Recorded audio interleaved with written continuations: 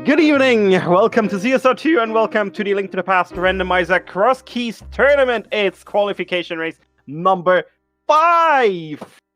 And yeah, we're already knees deep into this stuff, so let's mute the music and let's switch to the layout and let's have a look at the two races. At Hitsuyon and at Lin, and let's say hi to the two comps for tonight. To Allison and to Wall Kicks. Hey, folks. What was that, Trez? Anyway, hi everybody. Hey, how's it going?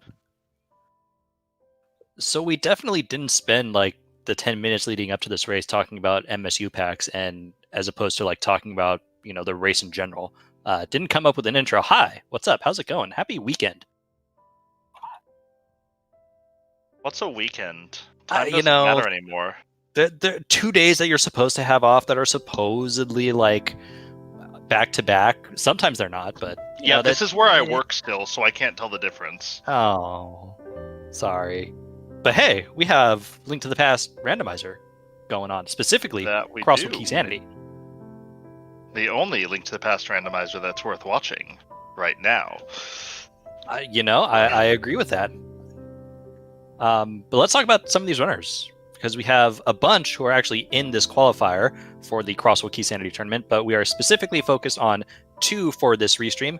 We have Lin Nia, just more commonly referred to as Lin, as well as Hitsuyon1337. Both of these runners, incredibly good. Expect them to get top 5 overall qualifying when the qualifiers are done, so expect a really, really good race. Yeah, so I know Lin won one of the qualifiers. Hitsuyan's been top 3 in a couple of the other ones. As we start off, and both runners are going to start in Link's house and find a piece of heart there. Lin's going to start off, and I'm not sure if Hitsu does as well, but it looks like he might be. They're both going to do the sort of very common cross keys opening where you use this whirlpool here to fake flipper to Link's house, or to the witch's hut.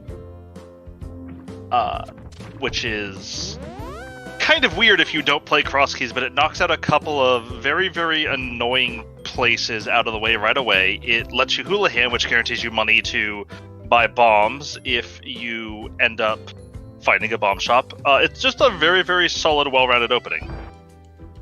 Yeah, as you said, this is kind of like the way that most runners would start, basically for all the reasons you said. Ooh, there's a mirror over there. I know Lin has the ability to hover, so if Lin gets the boots, I wouldn't be surprised if maybe Lin tries to hover that. He will. I'm not sure of Hitsu's hovering capabilities, but that's something that both runners are going to keep an eye out for sure. Yeah, I would say but both runners are going to be looking hard for either the other entrance to Spectral Rock Cave or the boots to be able to do that, as that drop down ends up being what I call useless fairy. It's the only drop down that doesn't lead to an item in any form. So for those of you who aren't super familiar with Crossword Key Sanity, as I'm going to quickly ping the bot in chat, but in general, there are 2 different aspects here. One is all of the entrances are shuffled amongst each other. And the second thing to note is that all of the items are shuffled like in the normal randomizer. Key Sanity means that the small keys and big keys, as well as the maps and compasses, are also in the generic item pool. And yeah, Shadow, that is a vanilla dropdown. The crossroad aspect, I think, is the more interesting aspect, because it means that none of these doors go where they're supposed to go. And in the process, that means a lot of the time the runners are going to be spending is figuring out where things are, as Lin finds Blind's hut just to the side of Link's house. Meanwhile, Hitsuyon does a tree pool and finds 20 rupees there, which is a super valuable tree pool to guarantee you money early on, although both runners' routes routed in money. As Lin finds plenty of bombs in Blind's hut, which is going to prevent him from having to orphan anything, as well as the big key in Eastern Palace. But yeah, so there's basically 2 different pools of entrances that you can pull from. There are the normal entrances and there are the drop downs. The drop downs in general tend to be more valuable. They tend to have things like the well or Uncle's drop down that have like 5 items, and each of them are 2 items each of them. It's also a much more restricted set, and I suppose most importantly, one of the drop-downs is the location of Ganon, which is the final boss of the game, and what the runners must defeat in order to finish their seed. That was a great description. props. I don't think there's anything more I can add to that. Did find that the back of Escape or our Sanctuary exit is behind Aga 1, which runners at this point could probably potentially look to steal one of the small keys from the front of Escape to take it to the back, or hopefully find the Hyrule Castle key. And then in the Lumberjack house, I believe that was Misery Mire. Yes, it was. And I'm generally not a fan of stealing keys, but this is probably the situation where it's most warranted, although the effectiveness of it kind of depends on if you're willing to completely orphan Zelda Cell, if your Hyrule Castles are in a close position, so you might be able to do a safe scum around the key instead of actually orphaning it. There's a lot of different factors that go into these things, and these are very, very subtle points that only come up, or that you only really get a good feel for as you play this more and more. As Hitchon is going to find the Ganon drop-down, which means that Ganon will be in Lost Woods. That does mean that we are not going to necessarily require a climb of Ganon's Tower of the Sea to beat the second Aghanim. However, that doesn't mean that they're out of the woods yet, and they still may need to. Yeah, because so far we haven't seen Lumberjack, Uncle, Kakariko, or Lost Witch Thief, so there's still plenty of opportunity there. We know there's going to be an item behind Aga 2. We don't know yet if it'll be required or not.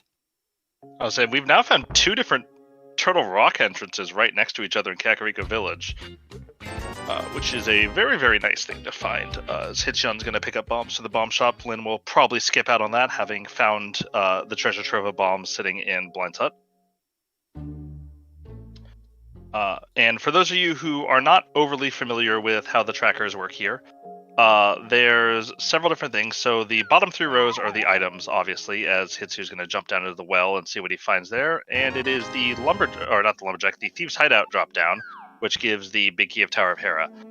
But in addition, across the top, there are the 10 different dungeons, I want to see. Yeah, 10 different dungeons, I can count. Plus the 2 in the bottom right.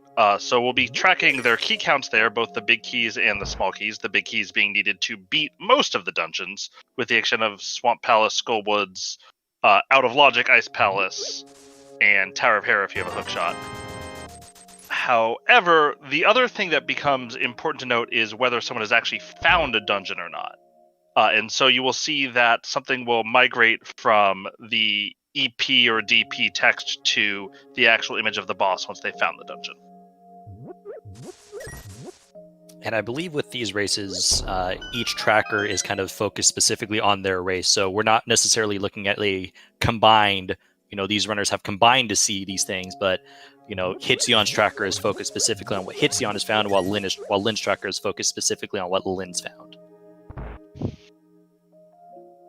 Yeah, and we'll see just a lot of very, very common patterns between the 2 of them early on, since there's just a ton of entrances in Kakariko. It's a very, very valuable location to go after. Hitchon finding my favorite entrance in the game very, very early on. Let's see if Lynn is in the tower. There you go, Lynn.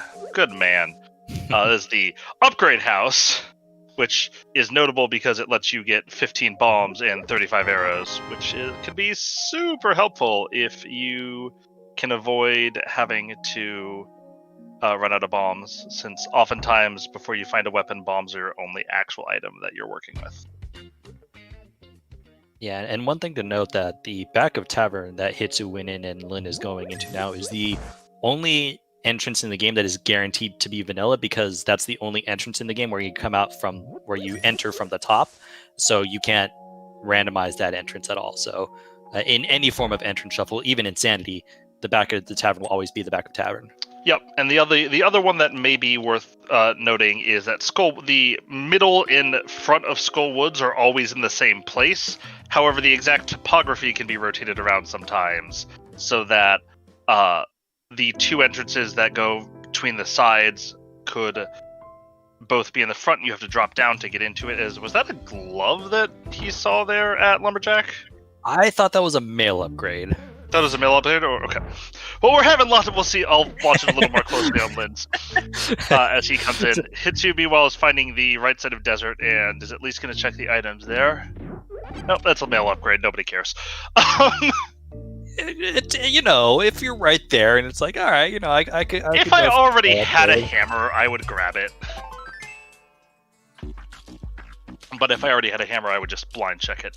Lin is going to opt out of following Desert, while Hitsu is going to keep going through as he sees a fairy in a bottle here and is going to kill himself on the Beamos in his despair at not being able to get the fairy in a bottle, or maybe just to get back to that start of the dungeon. One of the two. That fairy is probably really sad and is like, man, I could have healed you, but instead I'm stuck in this bottle. Truly, truly a sad story. As Lin finds Chicken House, which factually, I believe, is in Kakariko Village, 275% of seeds. Right outside, sitting in the library. And we might see a little bit of divergence coming up here, because once they kind of get through this opening segment, we're going to see the runners have lots of options. As both runners find Hyrule Castle and immediately opt out of escape, probably not wanting to do it with bombs, as it is a fairly slow way of doing escape. But we will likely see a check of the race game, and I would not be surprised to see both runners head back to Hyrule Castle and at least check to see where the connectors go here. Yeah, you've got a couple options with your connectors here in Kakariko. There was the Hyrule Castle one. We've obviously seen the right side of Desert. There was also a connector at the bottom left house in Kakariko, the one where you normally bomb to get some supplies. So, which connector was it? I'd actually missed it. Man, I just have it labeled as a connector. I couldn't tell you which one already. All right, whatever. I'll see it if someone actually goes through it. Meanwhile, Lin actually is opting to do bomb escape. He does have the possibility where he might set up the scum. We'll have to see what he opts with, as Lin showing off a little bit of that swag and is rewarded with the hammer, and notably that chest is in logic. It is the only chest right now in Escape that is in logic. Because both of these back to treasure chests you can find here are locked by the Hyrule Castle small key, since theoretically you could take that key you just went and spend it at the back. The game always assuming that you are going to use keys in the worst possible manner to make sure that you do not hard lock yourself out of the game. Yeah, and I suspect Lin is just gonna follow this all the way to Zelda's cell. You know, you've checked all of Kakariko at this point, not saving and quitting. Yep. So Lin at this point, if they want to do back of escape, he'll need either to defeat Agawon or find the Hyrule Castle small key. I suspect it's probably going to be the second one, but you never know. I mean, it just depends. Sometimes the thing can be really finicky to find. It's true. But you always feel real bad if that's the reason you're killing Aga.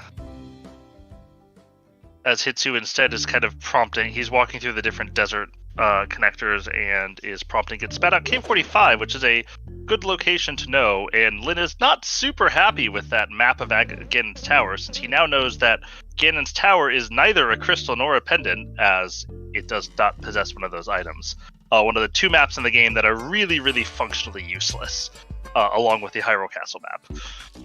Lin, meanwhile, has now died, and I assume is probably going to just not bother with Dark Cross, and we'll check the connectors out as Hitsu walks out the left side of Desert and gets spit out of King's Tomb. So a couple of useful locations for Hitsu to just sort of knock off his map, but nothing particularly game-breaking to find early. Yeah, and I'm pretty sure when it comes to maps and cross keys, the only maps you ever get are for dungeons you already know the information to. Oh, 100%. I don't think I've ever gotten a map that gave me useful information. In fact, I don't even think that's possible. As Lin finds Bumper Cave on the left end and finds the map of Swamp Palace, as Lin fails the Bumper Cave dodge. You can dodge that murder bird with nothing. You kind of have to be holding left the entire time you're doing it, and it's a little finicky. But not overly surprised to see him dying there. That being said, Bumper Cave is a notable spot because it is one of the only connectors it was one of the only places in the game that you cannot get through normal means. And so so you have to get there via connector, and finding the ability to get there via connector is a very, very useful bit of knowledge to have. Bumper Cave, along with Floating Island on Death Mountain, and sort of the Laser Bridge on Dark Death Mountain, are the other ones that you may end up needing to find. And it's notable, especially for Bumper Cave, because with the mirror, there is another entrance on the other side, and you can be forced to mirror from Bumper Cave and check that entrance from there. Which so really it just really show how Crosskeys just takes not only a lot of skill in the game, but you got to have good note taking. You got to understand, okay, this leads here, this leads there, and be able to kind of parse all that out in your head over the course of 2 hours.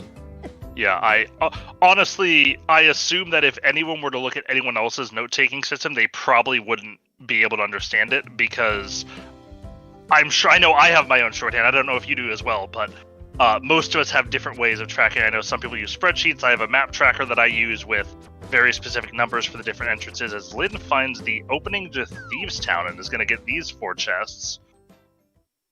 As Hitsu himself finds a connector out into Hookshot Cave over in the eastern area. Kind of a gross area to get to, in my opinion. It's one of those things that's sitting there in the first sphere, but can take a long time to get around to. As Lynn finds the big key of Skull Woods, which is a really nice item to find early, because Skull Woods, as we said previously, is sort of always in the same spot, at least the front 2/3 is. And it becomes very, very easy to visit Skull Woods and then later find the big key, and in the process effectively orphan one of the checks that you could get out of Skull Woods. And sometimes that check can be important. I found my Go mode there in the ladder race 2 hours ago. And so having that key there, I mean, really one of the things I think you'll really see from the top runners, and I know Lynn in particular is really good about this, but Hitchon you're going to see is very good at this as well, is the magic word in Crosskeys really is efficiency. When you watch a very, very good runner in this mode, they will be very, very careful to create as few orphans as possible, and when they do, they're doing it for very specific reasons, because they know that this is a mode that's more of a marathon than a sprint. And if you see a runner go in and just, as we get 2 big keys out of Myershed there, but when you see a runner go in and just say like, oh, I can beat Thieves Town, it's okay that I can't get the big chest.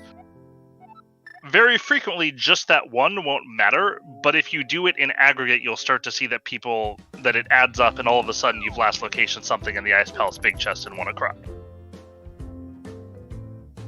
Lynn is going to quickly turn in that mushroom. Well, he's going to turn in the mushroom to the witch, hoping that he will find the potion shop somewhere along the way. Well, the potion shop is just sitting in Kakariko. Oh yeah, you're right, it is. I even have that marked on my map. Good job, me.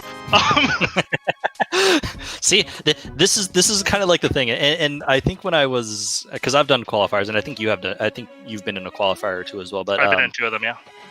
Yeah, and the one I was in, I was on Restream, and they kind of asked, okay, kind of what's your thoughts, what's your training, how do you route it? And I answered, in my head, the first 30 minutes of a seed for me is just kind of scouting out entrances, and I oftentimes don't even recognize what I'm doing, because I think in that seed, I had the hammer, I saw the Kakariko well at the magic bat drop down, and then I walked away, like, hey, you have the hammer, you could have done that, and didn't realize it for 15 minutes.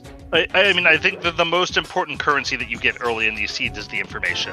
And sometimes we get items. The mirror we saw is probably the best item in Crosskeys, especially if you can find connectors to the Dark World and an early Moon Pearl, because that lets you effectively double clear the world where you can get Dark World and Light World checks at the same time. But there's also things like the flute or the boots are also very, very useful, because you move around the map a lot in these modes, and so having ways to do that faster is a substantial time cut off of this. As Lynn is now going to check out the eastern area, and Hitsu going to head down towards South Shore. I don't think we've seen the South Shore area here, so this is the only new stuff we're seeing. Yeah, and one thing that Lynn found, Lynn checked the Sanctuary location, found that it was the Uncle kind of drop down, so that tells us that the Kakariko Well is what's behind Agate 2, so Ganon's Tower, especially the climb of Ganon's Tower, becomes a lot more valuable, because instead of 4 items, it's now 9 items. Also, it does mean that hovering becomes an even more valuable skill, because if you get the ability to go up there but don't have the hook shot, all of a sudden you're hovering for 6 additional items instead of 1 additional item. And I'm not 100% sure. I don't think Hitsu can. I know Lynn has. He's freakishly good at it. Yeah, Lynn is exceptional at hovering. Lynn, picked it up in a day, and, 3 days later, he was just, speed clearing through the, special ROM hover hack that has the Ganon's Tower, except everything is replaced with pits, and you have to hover the entire thing. I didn't know that was a thing, and I'm extremely interested. I turned to stream on at, 3 in the morning when I couldn't sleep. I'm just like, what the F are you doing, Lynn? That's pretty crazy. Hitsu, by the way, is farming up some rupees, so I expect we're going to see a fake flipper over to Zora once Hitsu is done checking sort of the... I think it's called the Light World shopping mall, these 3 entrances over here, even though they I call it Ice Rod Cave area, but yeah. I think if you say shopping mall, people generally know what you mean, because the dark one is almost always called Dark World Shopping Mall, which someone told me, I'm not 100% sure is true, is only called that because in the original versions of Entrance, there were just like always a bunch of shops there or something like that. Yeah, I mean that would be the quote unquote legend, but Hitsu takes it. Yeah, you gotta be careful there.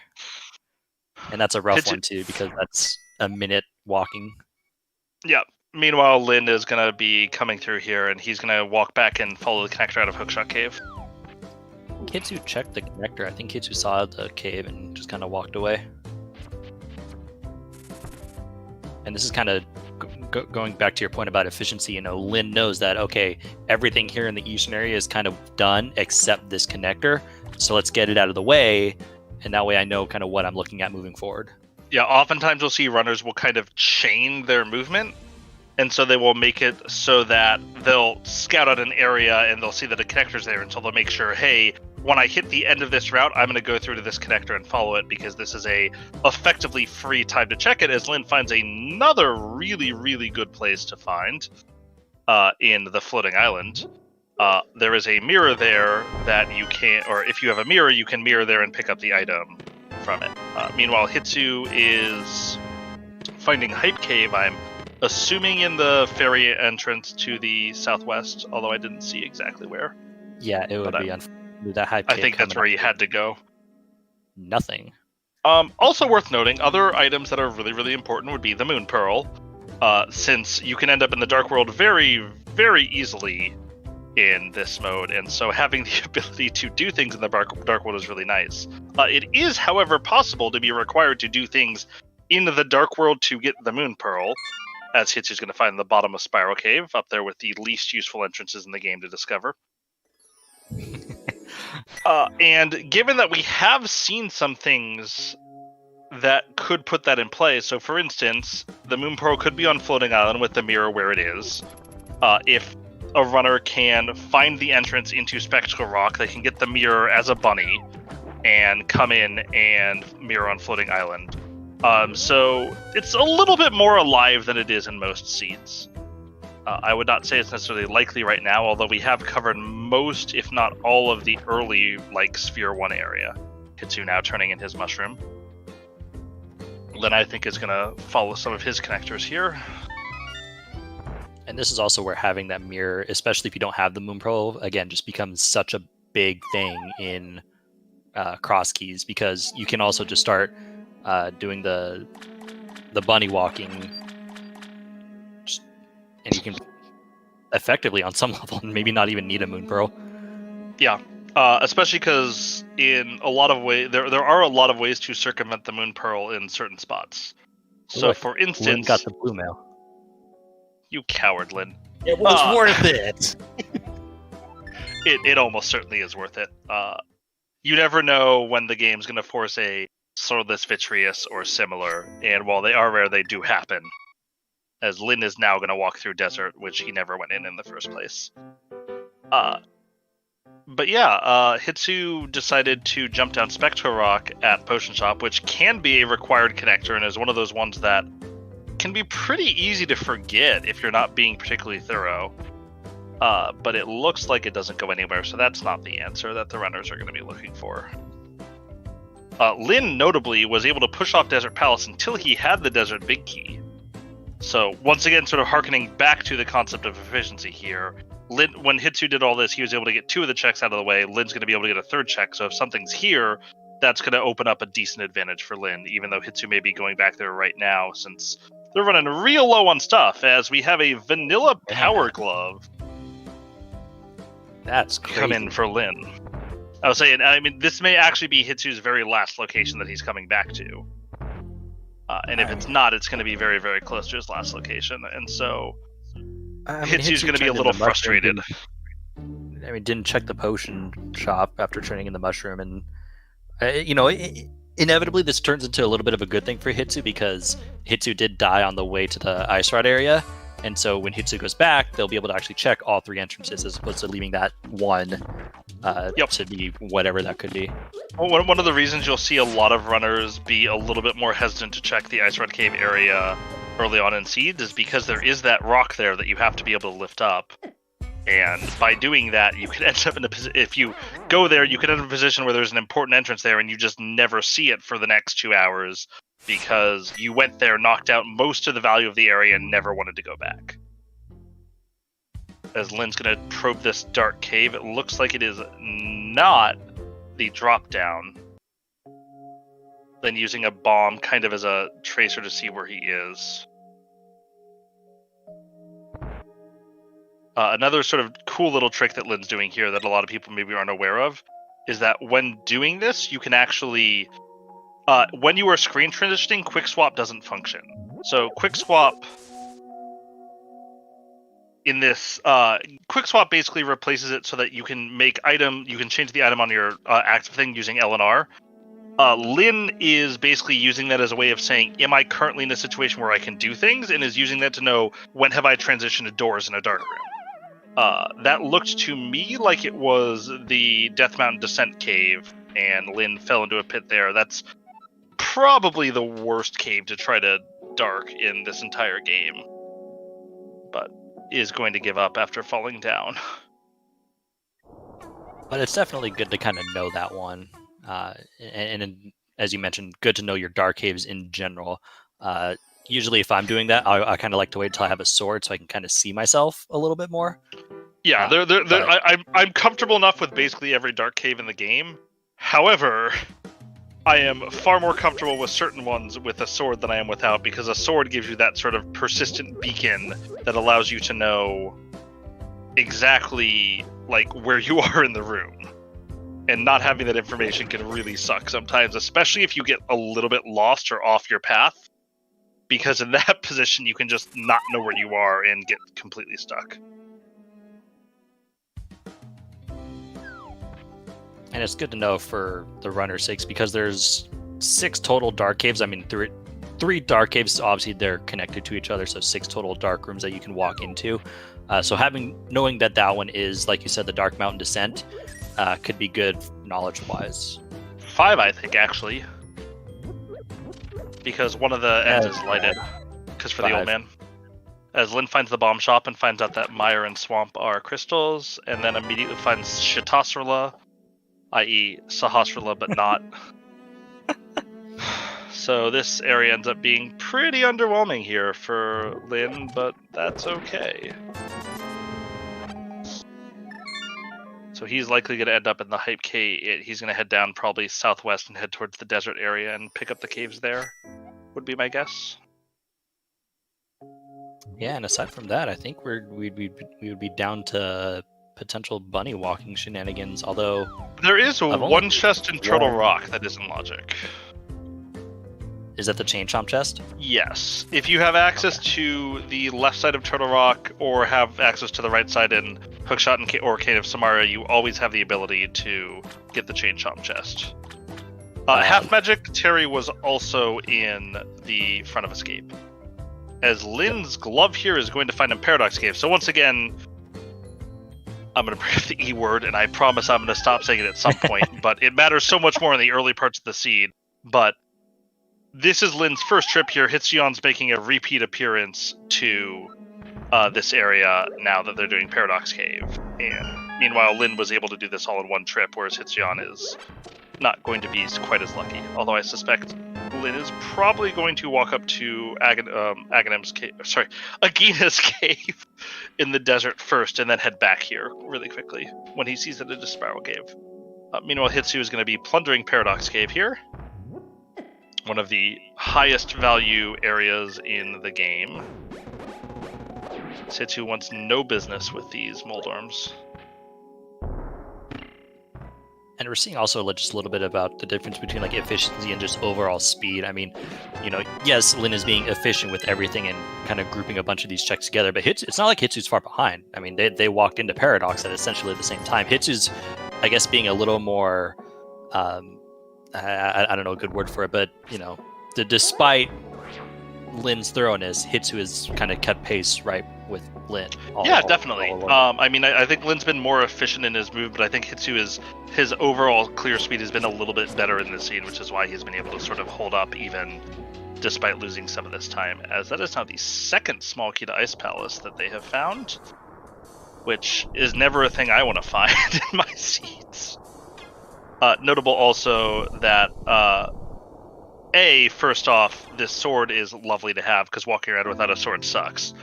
But as Sports Hefe said, that Swamp Small Key that they found here is actually sneaky massively important. It may as well be the Swamp Big Key, because the Swamp Big Key is actually just a one chest or one check thing. Meanwhile, you need the Small Key to access any of the other items in the seed at all, or in the dungeon at all, other than that very first one. As Lin messes up the Paradox Cave bomb jump. That's not a thing I see from very often. Even amazing randomizers have trouble from time to time. Yeah, and it looks like really the only thing that I think where Lin has a real lead here is he's gone through the front of his gate, which has granted him that hammer. I think Hitsu's going to make that way though, because one of the Hyrule Castle is right here. This is Hyrule Castle front, so I assume he's going to do this, and he probably will also. Well, Lin or Hitsu may actually decide to scum this. Nope, never mind. There was a chance he'd decide to scum the key, but maybe he is doing it. We'll Hitsu see. Keeping us guessing here. But given that Hitsu has a sword, it makes this dark room a lot easier to navigate for him, as Lin gets spit out the front of Turtle Rock. Not and Lin is really what you want to see, and he's already seen this area. I believe he's seen... Yeah, he's already jumped down, so instead he's going to try to cross the bridge here. And use that to check the Dark Death Fountain. And this, like we said, this could be required. If one of these two dark entrances here is the other entrance to Spectral Rock, that gives him the mirror, and that could be your 100% required way to get to the west side of Death Mountain. And yes, there is a basket on Lin's head. He's... I can't even remember her name. He's What's Her Bucket from Secret of Mana. I know who you're talking about. I don't know her name either, but yeah. What's Her Bucket? You get it. But it does end up that is not the play, and we'll see if Hitsu... Is he going down or is he going up? He's stealing the key. Alright, so this will be big if there's something back there for Hitsu. And Hitsu is feeling deep shame at having stolen the key and is going to kill himself in penance, also to set up a safe scum if it ends up that there's nothing behind this key. Very smart play by Hitsu.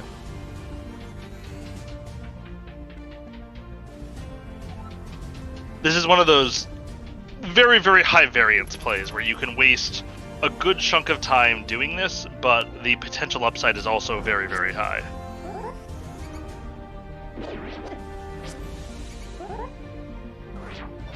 So it looks like for Lin, it's into Turtle Rock. There's not really a whole lot left to do because none of the Paradox entrances really took us anywhere good. One of them spit us out at Turtle Rock. The other one was right side desert. So gonna check these chests out in here, and then we'll see what's next. We're kind of running low on things to do. I mean, Chain Chomp is, in my opinion, the most weirdly loaded chest in the entire game. So I would not be surprised to see that have something, as Lin's gonna use Cane of Burna to deal with this pokey here. Play this mode enough. That's a lot of lag. Play this. It's about to get worse. So you play this mode enough, and you get much better at killing this pokey. Hitsu got Samaria and Dark Cross though, which is a nice find for him. We'll see if he gets anything. That's still accessible from Lin even without the key. We'll see if Hitsu finds anything else. Meanwhile, in the big key chest of Turtle Rock, we find only 300 rupees. That chest is logically locked by 4 small keys, so that is technically a sequence break, albeit a very, very common one to do. But it could also Turtle be Rock something small that gives keys. you a lot of information. It can. Turtle Rock small keys, though, in general, are pretty disposable in this mode and not things that you worry a lot about, since there's so many different ways to get into Turtle Rock. So we're now going to see the back of Escape. And I think the single thing Hitsu would love to see here more than anything else is a Hyrule Castle key. Unfortunately, he sees nothing back there, and so it looks like it's only the Cane of Samaria from Dark Cross as a prize. Not that you should be particularly upset about getting a Cane of Samaria.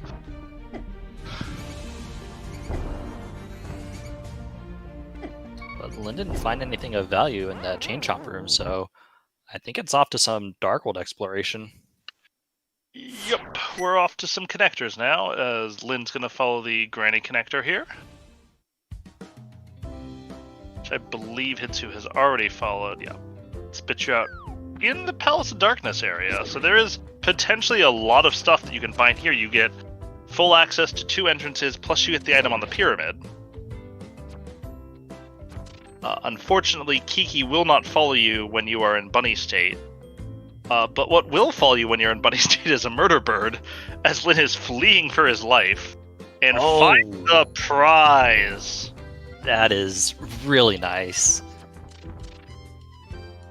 So that's a mirror for Lynn, and that's kind of what you hope for in this situation. Did want to point out that Lynn actually, I think, intentionally aggroed the murder dactyl and put himself in a position to where the murder dactyl hit him as he went into the entrance to give himself a super bunny state in case this was something that had a chest in it. Another reason to do it as well is it helps deplete your health. And probably the most commonly used way of sequence breaking the Moon Pearl in entrance is in a dungeon. If you die and save and continue, you will respawn not in bunny form.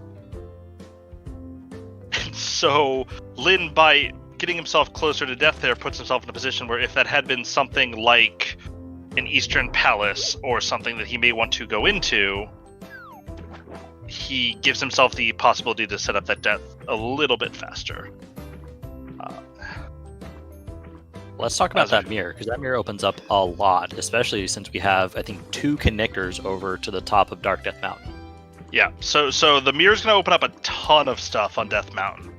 It opens up the entirety of Light World West Death Mountain. It opens everything on East Light World Death Mountain except for Mimic Cave, which can only be approached near a connector. Lynn's going to check the natural spot here, which is to check the top of the pyramid, as Hitsu gets rewarded for fake flippering with the Moon Pearl. That is... what? Well, I mean, more than anything else, that says there is probably going to be flippers around here somewhere. Yeah, we need to find the flippers. Maybe here in Mini Moldorm. I would be negative surprised to find it in Mini Moldorm Cave here. That being said, there are a ton of spots. So in addition, K45 is opened, although that is one of the exits out of Desert. I do not believe it is one that Lynn checked, though, so he doesn't know that K45 is mirror accessible. It also means that the item on Floating Island is accessible. Oh my goodness, it's the flippers. Whoever could have predicted that. And the bow. Don't forget about the bow. So I do believe they now have the ability, if they find Pod, to beat the dungeon. Although, likely, I would say the least number of keys you really want for Pod if you're going to beat the dungeon is 3.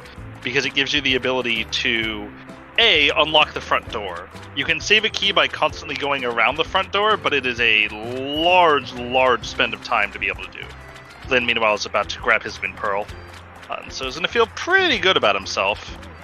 And speaking of bows, Hitsu has discovered our second bow over here on Zora Ledge. One of the nicer things about entrance, in my opinion, is that you tend to check somewhere between 180 to 190 spots a game. Alright, this is a little bit of a trickier one. Yeah. So, unfortunately, Hitsu knows where the bow is, but is not well equipped to be able to get it. He attempts to use Splash Deletion to get it. However, Splash Deletion with just the canes can be a little bit trickier to set up. I actually think right before that ladder match, we were talking about all the different ways you could Splash Delete Zora and mentioned that Samaria is probably the least fun way to do it. On the other hand, Bow is a pretty easy way to do it. Not that Lynn cares, since he has what we like to call real flippers. as Lynn now finds the bottomless Pectica rock that Hitsu already got spat out earlier on in the seed. So now Hitsu knows he's looking for the flippers somewhere, and there's a good chance that those flippers are locked behind the mirror just from knowing where the mirror is. Ooh, that's... Lynn a little indecisive there and realizes, wait, no, I hate this. He will probably end his route by dropping down Spiral Cave. We've already found the other end of Spiral Cave, so the connector itself isn't interesting. It's just the item there can be interesting. But he'll grab his silver arrows there, which is going to make combat against several of the bosses in this game an absolute cinch. Notably Vitreous, but there's also a couple other ones that get a little easier, a little faster with that. Hitsu, meanwhile, is finding himself Mimic Cave, and more weirdly is finding Mimic Cave while he has the hammer, which I'm pretty sure is illegal, because I can't think of the last time that happened to me. But I mean, is rewarded. Sometimes you try. Got rewarded? Ooh. What did you get rewarded with? I wasn't paying attention. The powder, sorry. Oh, baby, the powder. And we know where that is. That's over at the Uncle Dropdown. Yep. Unfortunately, and he is getting near there. If only he had a mirror. Speaking of the mirror, not required to get into Swamp Palace in Crosskeys, but you do need to find the dam to drain the water. And Hitsu finds the dam there right north of Swamp Palace. And so, if Hitsu were someone who had real flippers, he could go into Swamp Palace right now. Yeah, and I think these next few seconds for Hitsu are going to be big because Hitsu obviously hasn't picked up the mirror, which is to the east. So is he going to go east or is he going to go west? Hey, he's going looks like east. He's making east, which is the right play.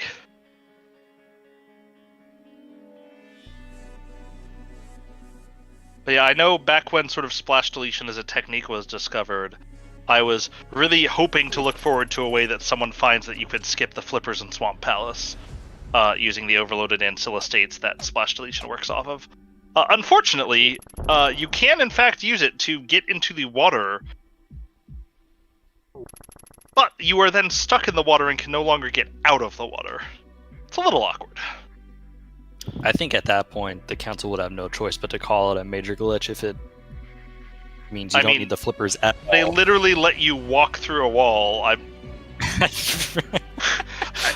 Maybe we can go into all sorts of discussions.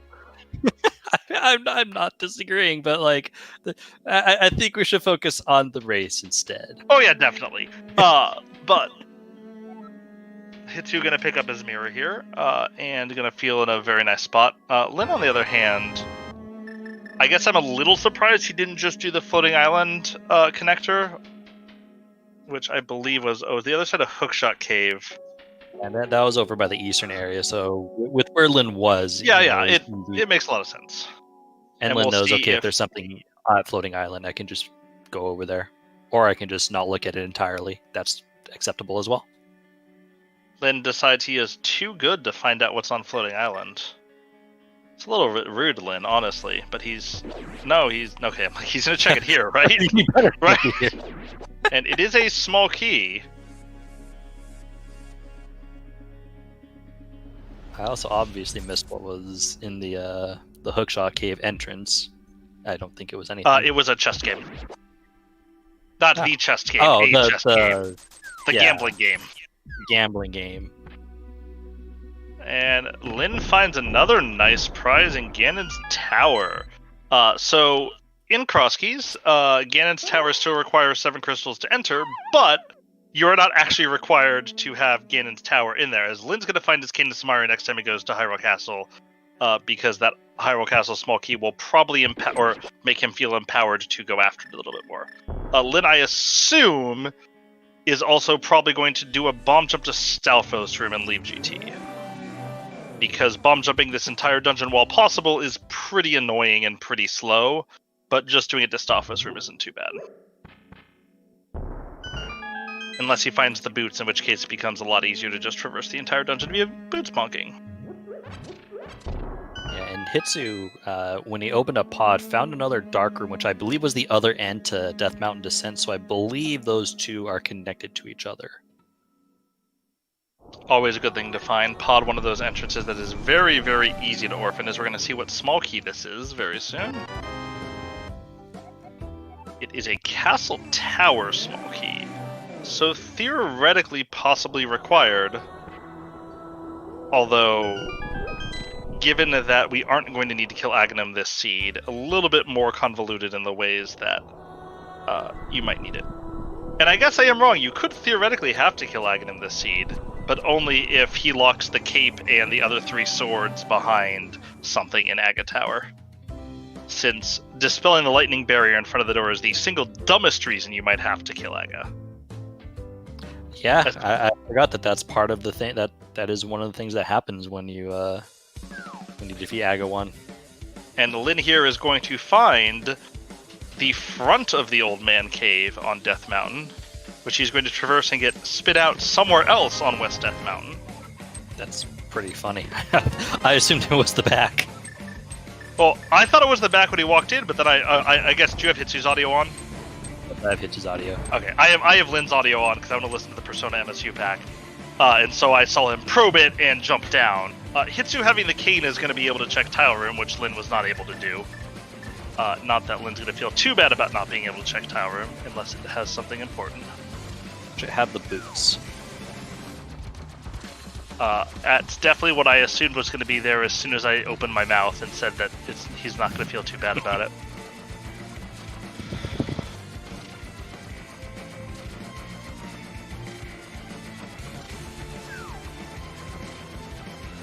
Surprised Hitsu's not bothering to powder the anti-fairy, but...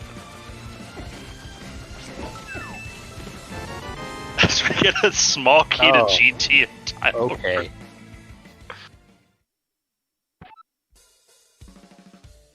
I was saying, yes, Sports Hefe, that is true. Hitsu is out of bombs. As we find Ice Palace on Death Mountain. Obviously, we have no fire source to go through, but anything else, we actually have the ability to full clear this dungeon, other than the big chest, which can be a pretty scary orphan. As Lyn finds Bombos right there, and is going to feel really, really bad if he goes in, because his Cane of Samaria is fully accessible to him. Hitsu, meanwhile, found the Thieves Town big key over at C-Shaped House, which was over at Spike Cave.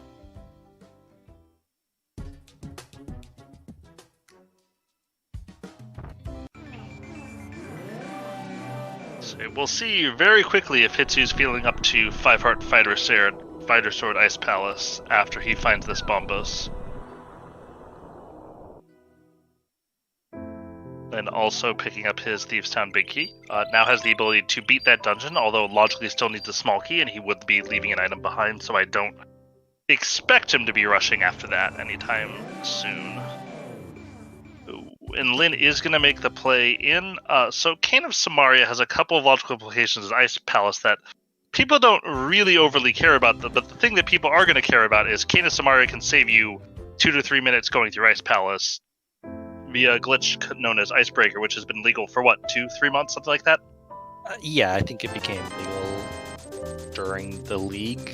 So yeah, probably for about 3 months now, I'd say. Which lets you traverse Ice Palace in a much, much better way. That is just genuinely faster. Unfortunately for Lyn, he's not really going to have that option. Hitsu, on the other hand, does have Cane of Samaria, and if he picks up that Bombos and goes straight back to Ice Palace, we'll have that option. But he's not going to feel too bad about himself, because he did pull out the hookshot. Oh, and he decides he's only going for that first chest. Not bad for Lyn. You know what? I agree with that.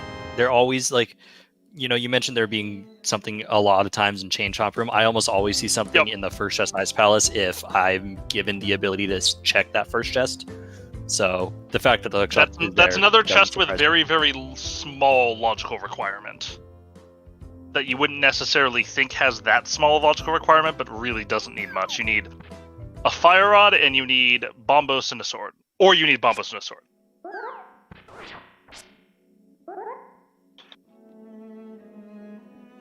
So I think overall, meanwhile, we're gonna head back to GT. Yeah, that hookshot opens up a lot. Although they haven't found any small. Well, they found one small key yet, but even that's out of logic behind the lamp. Or it's out of logic behind the lamp because it was in Dark Cross. But so Lynn is probably going to traverse all the way down the left side now. I suspect he is going to skip the map chest, which is this chest right here to the right, and is going to do all of the rest instead. Ganon Tower key logic actually pretty specific and interesting. And a lot of the things in here logically require 4 small keys.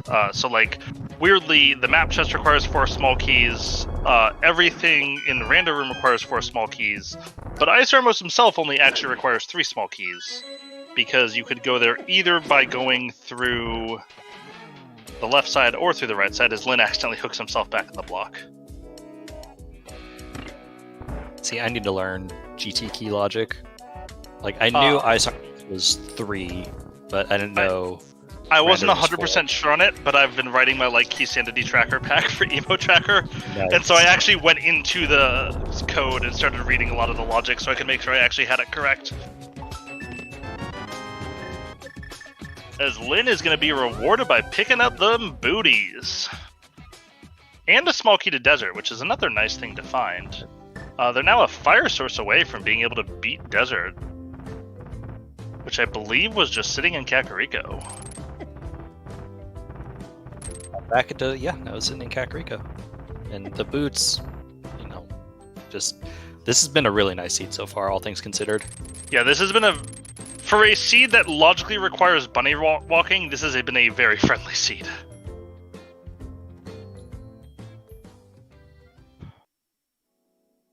So no GT big key, so he's going to be orphaning this big chest here, which has the potential to come back and haunt him. Let's say as he Hitsu also was not feeling up to the ultimate Ice Palace challenge.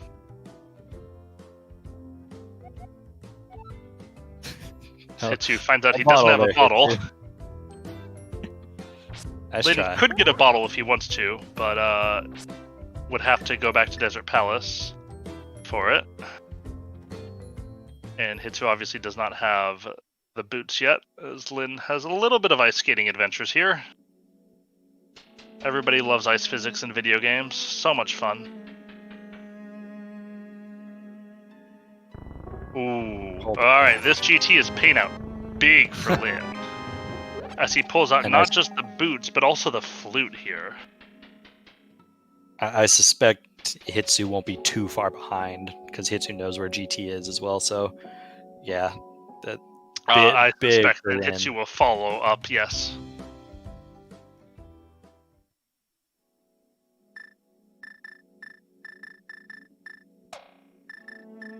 I don't think you can do this, Hitsu. Oh, you do have the blue cane. He does have magic and blue cane. He's fine. Okay. Just kidding.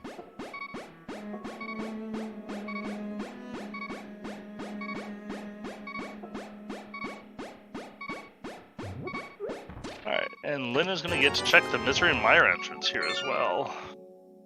Where did Lynn pop out at Misery Mire? I think it was his old man start. Oh, did he save and... Oh, okay. I think he save and quit out of Ganon's Tower. We'll see here in a second from Hitsu. Maybe it was the back, because it sure wasn't the front. No, because I think the back actually leads to West Death Mountain. Or East Death Mountain, excuse me. Because Hitsu found another dark room in East Death Mountain at the bottom. Hitsu now is going to clean up that Zelda Cell Orphan that he made, which he is not going to be too happy about having to do, since it is a Ganon's Tower map, as I recall. Yeah, that's right. And Hitsu did not go back into Ganon's Tower, so Hitsu's not going to be picking up boots or the flute. Oh, we get the big key to Turtle Rock. Yeah, that's a good one to find, especially because we already have the right side entrance to Turtle Rock.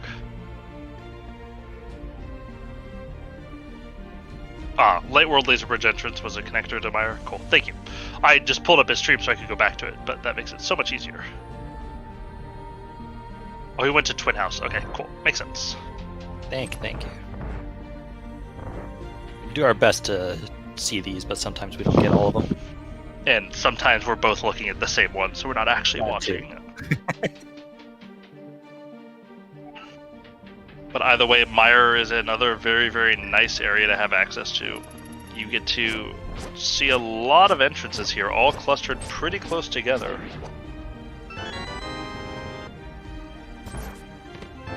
Speaking of entrances that you love to see, there's Laser Bridge.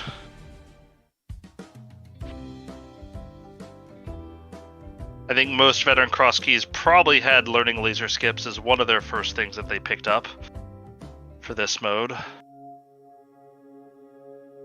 Especially since it's pretty often you see this entrance pretty early on.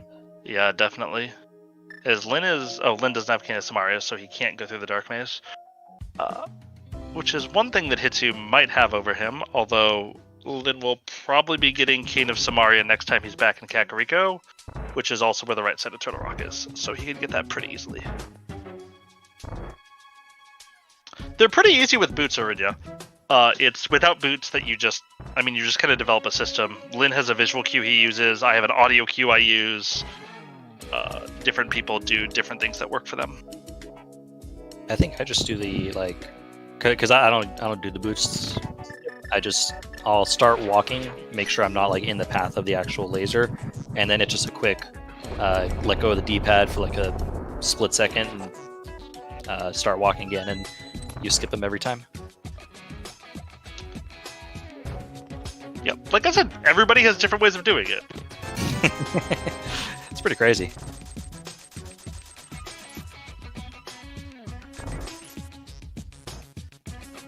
So you notice we're, 54, 55 minutes into this race, and the only crystal knowledge we know came from finding the bomb shop. A lot of runners don't like to do map checks in Crosskeys pretty early on, just because obviously in its key sanity, you don't know if the dungeon is a pendant or crystal until you either beat it or you get the map for the dungeon, and you usually don't see a whole lot of maps pretty early on. So yeah, we're looking for information-wise, but in terms of keys, Lyn's screen indicates that he has almost every major big key aside from Mire and GT. Yeah, Lyn's in great shape, and like he can, when he gets to Tower of Hera, he can beat that dungeon. Although he does need a fire source to full clear, as Lyn's gonna run himself out of Spec Cave. Another thing you see a lot more in entrance than in normal seeds. But you can do it pretty easily if you have the ability to spin speed yourself.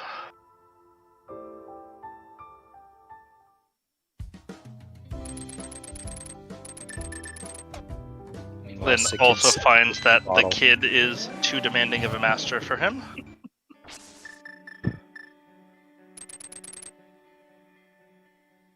Hitsu, meanwhile, going to give us our first look at the Village of Outcasts and Skull Woods areas. Something we haven't seen from either runner, and is kind of like our last major hub of entrances combined between the two runners that we haven't seen. Yeah, I was saying he'll be able to get everything in here except for being able to check the entrance in the back of Skull Woods, which you do need the fire rod for. In fact, it's one of the only things you actually need the fire rod for in entrance. Or at least that you can't sequence break. Then gonna do race scheme. Was this a piece of heart? Fair enough. He just must have forgotten that he had checked it. You're right that Lyn is missing Ice Palace Big Key, but Ice Palace Big Key is not really required. Ooh, Lyn is not going to make his way through Hyrule. Instead is going to go check out the Turtle Rock Big Key, probably. Which is, oh, he's actually just flute. Makes way more sense. True. And so that chest that Hitsu picked up there, in entrance, that key in the pinball room will always be a small key. That chest will always be a small key. Just because in entrance, these drop downs are kind of shuffled amongst each other in Skullwoods.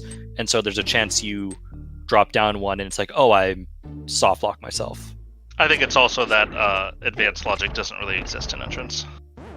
Oh yeah, that's a thing as well. Because that used to always be a small key, and instead is now shuffled into the Skullwoods pile in non-entrance modes. Yep. Well, Hitsu found the other mail in the back of Skullwoods, so clearly Lyn lost time by getting that mail the first time. Yeah, definitely. Can't think of a single time Lynn almost died and was saved by having mail. Hitsu's checking the stun prize and finds that it's 20 rupees. Nice stun prize.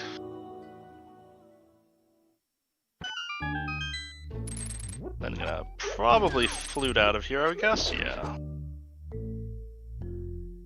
I've never seen these pots picked up. You know, same. I was watching, like, I have no idea what's in these pots. Oh, there's a heart there. Interesting. I couldn't tell you that, but... Hitsu, meanwhile, is going to finish clearing up Skullwoods and head out. Hitsu, you got the big key, buddy. I think Hitsu forgot he had the big key. That's a little rough. Is Hitsu just checking all the drop-downs at this point? He is. I'm not sure why. I don't know. Oh, he wants to bomb jump. Because he doesn't have any bombs. He still has no bombs. He still has no bombs. Holy moly, you're right. Oh, dang. It was so long ago that I just assumed he had picked up some bombs naturally, but no. Well, so that's why he was checking the pots. That makes total sense now. Yeah, and unfortunately there are 2 pots in Skullwoods that have bombs, but you can only get to them via drop-down.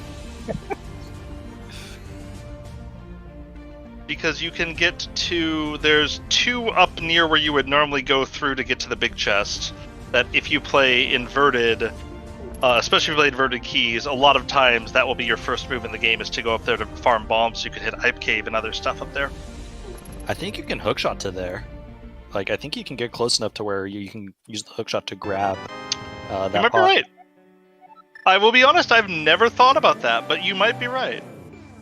Some very niche techniques here. As Hitsu's going to be the first person to check the other side of Bumper Cave, and it is El Trashissimo. I actually expect Lynn's going to check it here too. Lynn did pick up the Canis Mario, so yes. that advantage that Hitsu had is now gone.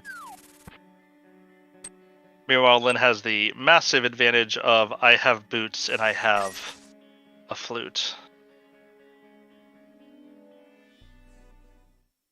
Yeah, Hitsun's going to feel personally targeted by that bomb shop, I believe. He did buy bombs though, so that's good.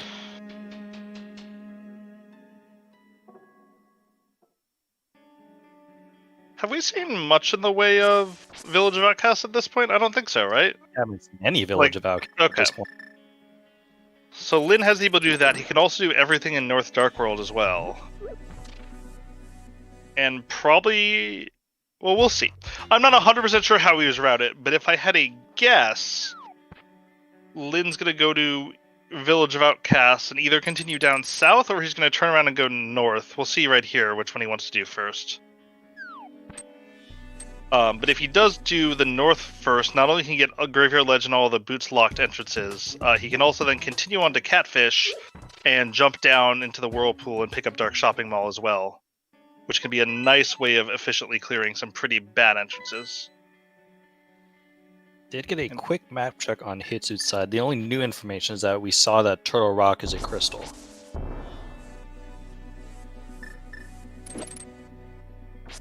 We find Agina's cave here at the Bonk Rock spot. Hitsu also found Eastern at the Dark World Sanctuary, but without a bow, choosing not to clear it, which is good because Lynn has both bows and you can clear it without, you don't need to double dip it.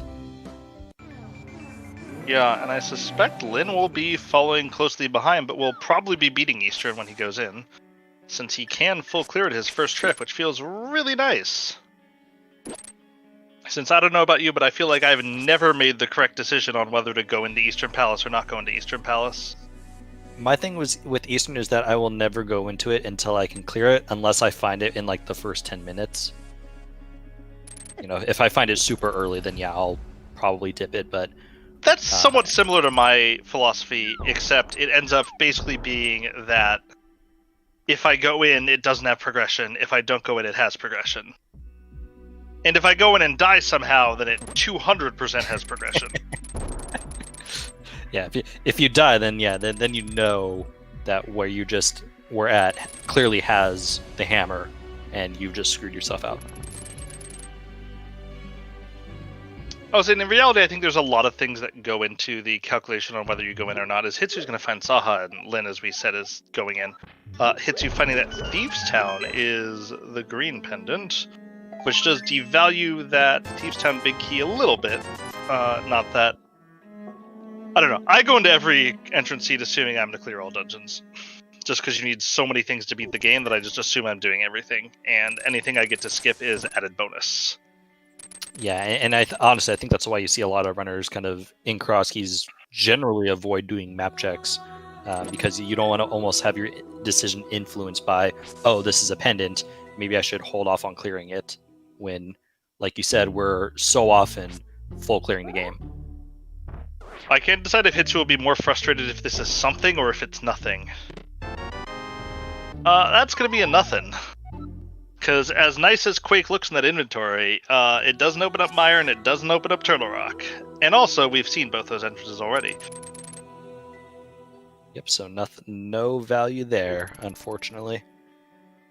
Yeah, Hitsu doesn't know that because I don't think Hitsu's been to the Mire area, but... I do not believe so.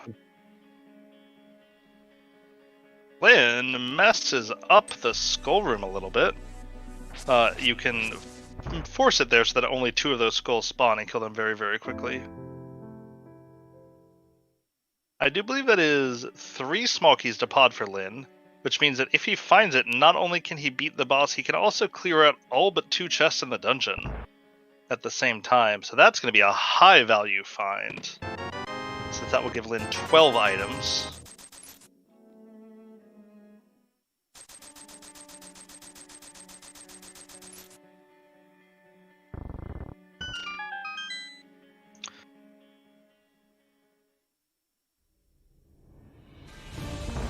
Hitsu finding Aga Tower, and may end up going here for the second chest as well. No lamp, no fire rod, but it's usually not too bad for runners to go in and do this dark room. It can be a little obnoxious, but as you said, not too bad if you kind of know. It's one of those things where if you get lost, it really sucks. Yeah, and the map, or the maze is a little bit tighter than I think the Pod Dark maze. Like, I think if you were to look at the 2 mazes, these paths are skinnier in Aga Tower, and that can actually be a little bit of a detriment. But he gets through it fine, just got some rupees for his troubles. And Sports Heavy, you're totally right. The catwalk parts are the way, way harder parts of it, but that's pretty rare to do dark, especially in... Or I guess it's a little more common in entrance, although most of the times you'll find that people will want to go in and use like a fire rod or something to make it easier to traverse.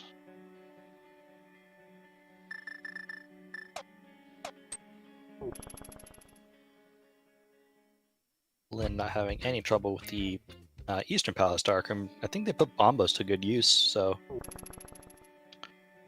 Yeah. That one was pretty alright. I do it a little bit differently, but like I said, like, there's a lot of stuff in this game that people do. Like, I'll shoot my bow upward until I find one that sticks, and I'm like, aha, I found the Igor, and use that diagram. Hitsu now going to check the front of Turtle Rock, since he still does not have that Turtle Rock big key. Then, meanwhile, is going to put the first bomb in, or the first boss in the books.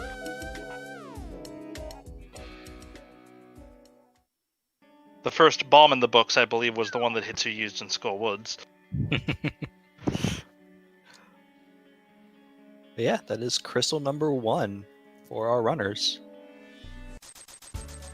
At 1 hour and 7 minutes, which, that's not too bad. Like, normally you would like to have at least 1 crystal by the hour mark, but Crosskeys can kind of just make it to where, that's not going to happen.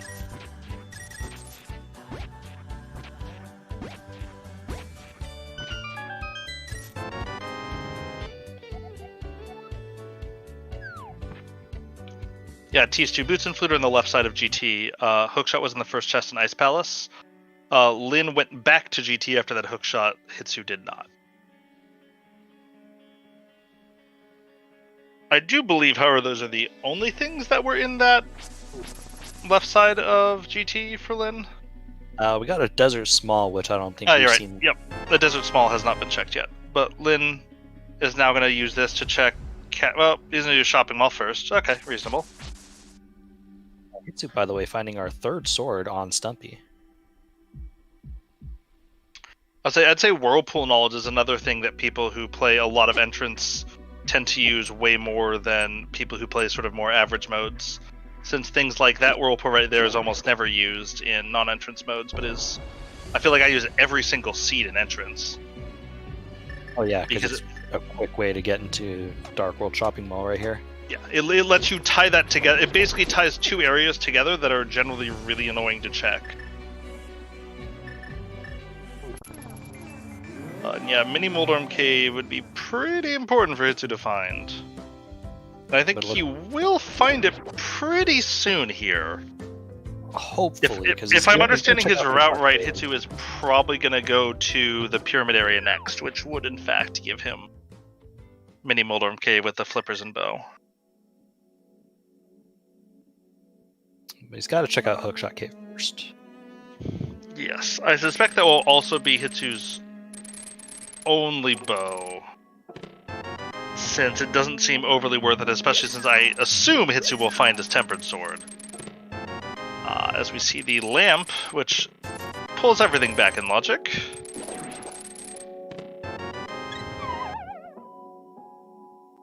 Yeah, that was okay. Nothing great. The lamp is nice, but... Yeah. I mean, so the one thing I will say is they don't have a fire source right now. So the lamp is actually nicer than I would usually prescribe to the lamp. True. Especially since it now means you can beat the back of desert. You can full clear Hera when you go in. Once you find Mire, you can do the left side. Like, there's a lot to like about having found the lamp here.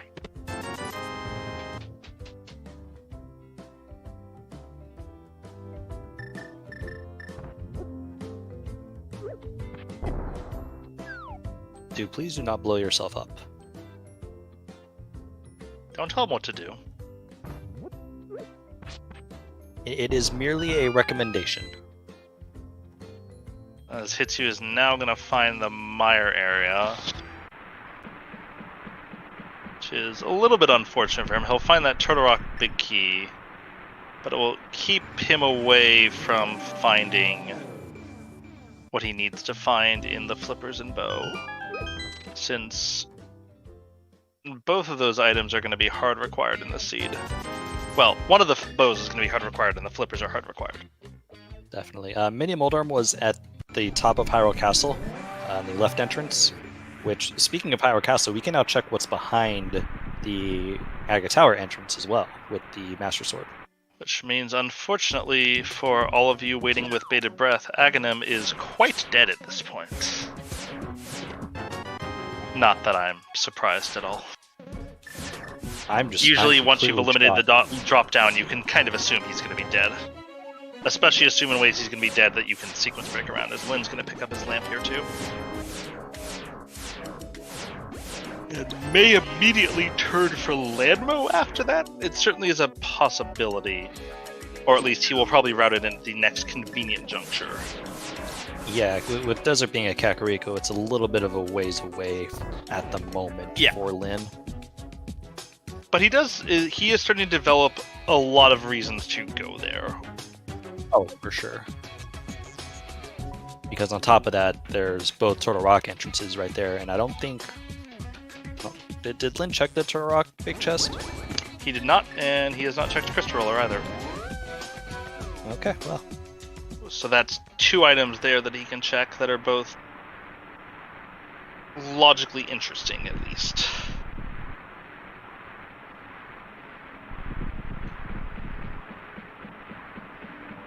But first we will see Lynn try to clear up the Death Mountain drop-downs he missed. Hitsu picks up his big key to Turtle Rock. Although, interestingly, still no small keys to Turtle Rock from either runner. Definitely interesting considering Turtle Rock is crystal. makes it seem unlikely to me that there's going to be progression on Trinex or anything similar to that. Just because so many of those things need 4 small keys to be in logic. But Lynn finds Meyer and says we're going in. Meyer being one of the probably most efficient dungeons that you can actually check. And I say finds, I think you already found Meyer, right? That wasn't a new entrance? Yeah, that was just a lumberjack house, so one of the first things we've seen. Oh wait, there it is on my map. We even had it marked. It just was camouflaged. But Misery Mire is a dungeon I think in non-key sanity people kind of devalue because has high entrance requirements. It's in kind of a bad spot. Only has 2 items. Yeah, Mire gets the biggest buff I think of any of the dungeons in Crosskeys. That's a nice big key to find. Not required, but considering Ice Palace is looking more and more appealing, having that big key is really all nice. 3 keys, yes, I would say it is quite appealing right now. But yeah, Misery Mire goes from 2 items to 8 items. I think it gets the biggest buff percentage-wise of any dungeon in Key Sanity. Pod goes from 5 to 14, and Ice goes from 3 to 8. I would say are the other sort of biggest buffs. Maybe Turtle Rock from 5 to 12. But either way, Mire is a great dungeon in Key Sanity modes. And it's even better in Crosskeys because it doesn't come with the same high entrance requirements that you need for... Oh, so yes, and you're right. The fact that you don't need any keys to be able to full clear Mire except for the big key is notable. Although, logically, the left side does require 3 Misery Mire small keys. Which is why it's very rare for left side Mire to have anything. Or at least if it does, it seems a little bit telegraphed by the seed where you will have Misery Mire keys flung in your general direction. I think that was... Oh, of course it was Crystal in Eastern Palace. Lynn has already beaten it. Yes. I saw the map and I'm like, oh, Eastern's a Crystal. Wait, we knew that. We knew that one. See, look at this. We're an hour and 15 in, and I think the 2 map checks we've seen have given us 2 crystal information. Yeah. I don't usually even think about map checking until I think that a map check might give me full information. I usually wait at least an hour. Or at least I wait as long as I remember that I'm playing Key Sanity and not playing open mode. Hitsu's looks like they're going to be making their play into Ganon's Tower, which is really what Hitsu has needed to do for a while now. Well, that and he'll really, really need to make that play to Mini Moldorm Cave to pick up those flippers. And Bow at the same time. That too. Neither of them have, like, massively held him up.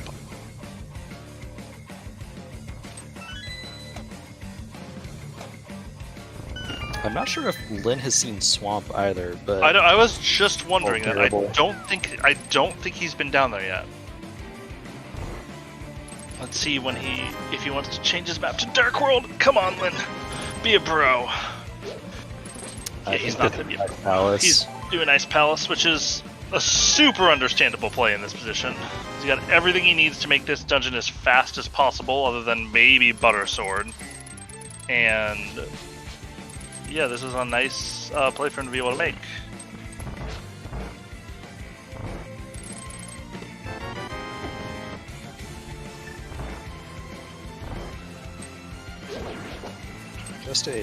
Just 10 arrows in the map chest, which I think Lynn skipped the first time he was in here. He didn't have any keys when he went into GT. That's right, so not hurting him. No, and I mean, he'll probably go back and check that chest. It'll be probably one of the earlier orphans he tries to unorphan, but it's still pretty early. As Lynn is going to be the first person to invoke the Icebreaker technique here. Or is going to be the first person to try.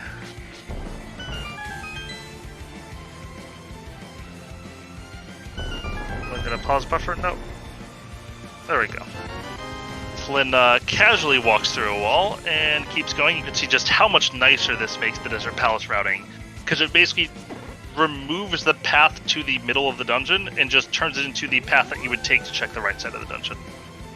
It's just a really, really nice change in the routing of this dungeon. Ice Palace has gone from a dungeon I hate to one of my favorite dungeons in the game. I tried to look at what was different between the first and second time Lynn got that. So like he failed it the first time, but got it the second time, and I didn't see any difference. So I think in both cases, Lynn and I use a fairly similar setup for Icebreaker, and there's a couple different ones. I think in both cases, he sort of messed up. You need to do a 1 pixel push of the block, and in both cases he messed it up, and you actually can rescue it, but it ends up not being any visually different if you fixed it or not. So it probably looked like nothing changed, but it was actually different. Oh, we're having my favorite Armos Knights fight. Because we don't have a bow, so Hitsu is just gonna spam the sword beams, which, if you have a Master Sword in Armos Knights, it is faster to use sword beams than it is to just normally slash Armos Knights. Oh, he lost it. Oh no, that's the worst. So I was saying, you'll see Hitsu's gonna try to poke here as well, instead of actually doing slashes if he can. But yeah, I did Boomerang Armos very, very recently, and you know what? It's terrible. I could feel the life draining from my bones. It's really bad.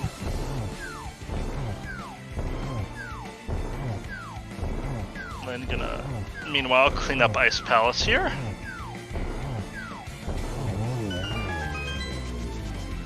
But yeah, I do actually think it's notable that Hitsu is really getting punished for his fake flipper to Moon Pearl. Because in the position that Lyn was in when he got Mirror, he basically was gonna, like, the only place you go from where Lyn was to continue onto the pyramid. Meanwhile, because Hitsu fake flippered to Hobo and got the Pearl there, he just had so many other things that he could do and didn't continue onto the pyramid and just has not been back there now.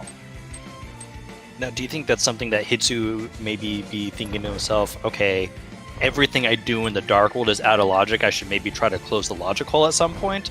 Or do I just go with it and hope I find flippers along the way? I think it depends on how you're wired as a runner. Synced Bombos. Oh, that was lovely synced Bombos. It's going to show off some more very, very entrance-specific technique. This time the right side of GT via lamp. I think I've done this in a non-entrance seed once, ever. This is really hard to do. Yeah, this is real tricky. Because you have to set up this bomb jump across while not getting grabbed by the Floor Master, and you can't get popped by the shooter, or you will also get knocked into the pit while you do the bomb jump. Which is also why Hitsu went into that room above, because what you're going to do here is you're going to bomb jump across this gap, light the torch, jump in, and then relaunch reposition yourself up at the top where you came in. So Hitsu's going to wait for the Wall Master, and now he's going to try to... Oh. It looked like he had the position, but... He did have the position, but he...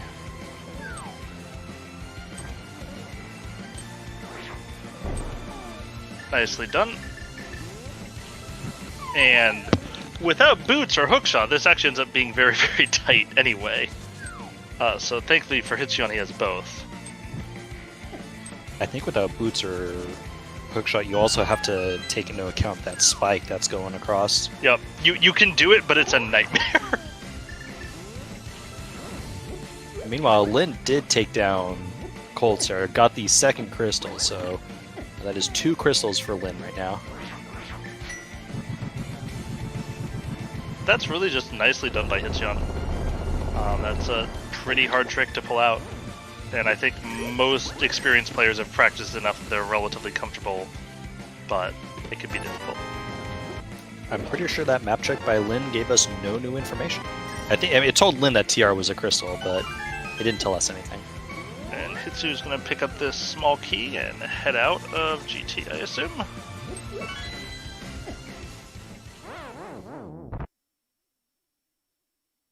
Yeah, Gibdos have the ability to walk through everything because they suck. They're spooky! Thank you for that. You're welcome. As Lin is now finally getting himself back to Skullwoods. Meanwhile, Hitsu is gonna follow Lin into Ice Palace.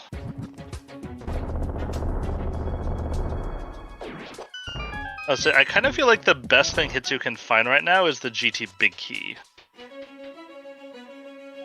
Because I think if he finds the GT Big Key somewhere on here, and I think it's not there, so that's not going to help him, he would probably be inclined to climb, which would dump him on top of the pyramid. And therefore give him his flippers and a bow and things like that. And I actually think that maybe part of why Hitsu hasn't gone back there is an attempt to use that as his trip to pyramid. I don't know. I mean, I think that's asking for trouble in this scenario. I mean, in most scenarios, like, I get trying to wait until you can route in more things, but the Ganon Tower climb for the well, just so you can also do the top of Hyrule Castle, that's I'm not saying risky. I agree with it. I'm just saying that I think that may be at least part of what's going on here. Because Hitsu has to know his Moon Pearl is still not in logic. And so just about everything he has is similarly not in logic. Like, he knows his... Well, he did have logical access to Light Death Mountain, because the mirror was in logic without the Moon Pearl. Yeah. But he's still missing a decent amount to put some of the stuff in logic as. Lin's now going to clean up some of the Village of Outcast stuff that we've already seen Hitsu do.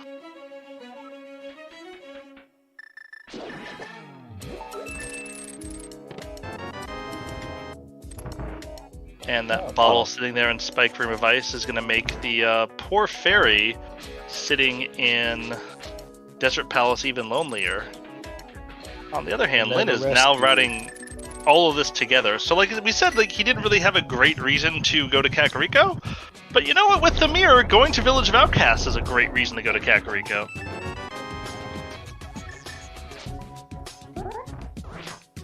And we will see what's in Crystal Roller here, which will leave us with only the two chests on the right side of Turtle Rock and Trinax as mysteries in this dungeon. We have not seen Pod yet. Neither runner has seen Pod, neither runner has seen Hera. I don't believe either runner has seen the back of Skull Woods. And I think that's it. I think we've seen all the other dungeons. In fact, we might have seen all the entrances for all the other dungeons, even. Yes, that's... yeah, because we've seen the front of Turtle Rock as well, so yeah.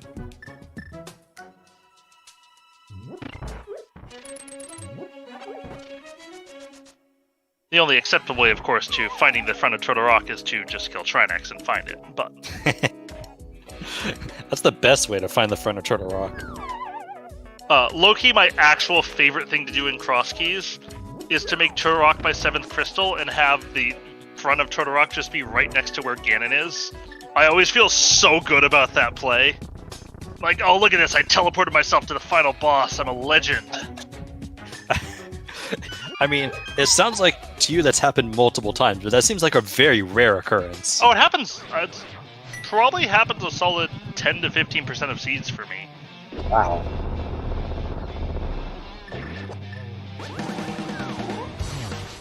As I believe Lin is going to be taking his crack at the Landmolus now. Landmoluses. Is Landmolus already plural? Probably. But I think he forgot which one was desert. There's the next one over there.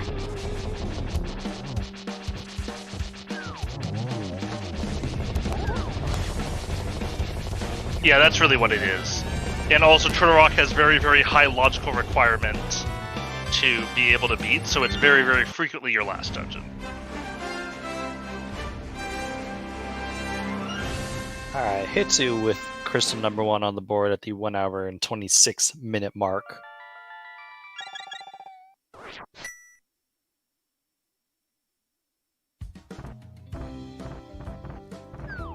So we're looking for, at this point, I know it's probably crazy to think about Go mode, considering we still don't even know what our pendants and crystals are. But we definitely need both rods, item-wise. We definitely need both rods. We definitely need the Meyer Big Key. We might need the mitts. I think that's it. And obviously, other items that lock that stuff. I do not believe there's anything important in Ice Palace, Terry.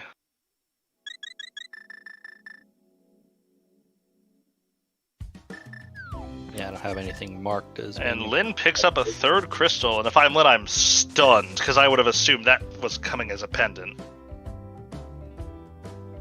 And so it looks like 2 of Tower of Hera, Pod, and Skull Woods are also going to be pendants here. Which doesn't feel great, because those are some of the shortest dungeons and or dungeons with most items in the game. And dungeons that our runners can beat, admittedly out of logic, in Skullwoods' case. But Lynn is going to check the right side of Desert here and leave this poor fairy all to her lonesome. Bye, fairy. We'll miss you. This is what you get for standing and watching Hitsu die, fairy.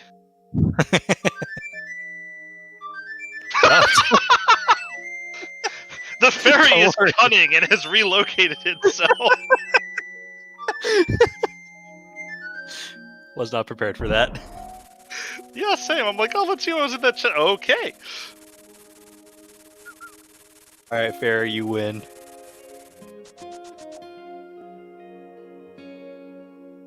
Alright, Lynn finding the K45 spot, which honestly is kind of a nice spot to find, because you don't need to check it now.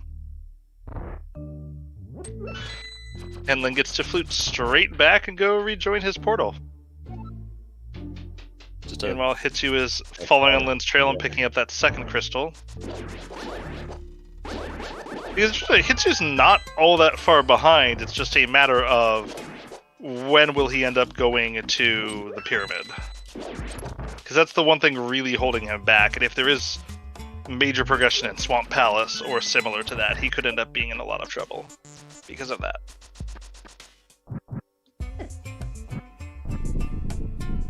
I think with what we know, I'd be shocked if there wasn't some sort of progression in Swamp Palace. Yeah, I would be similarly shocked.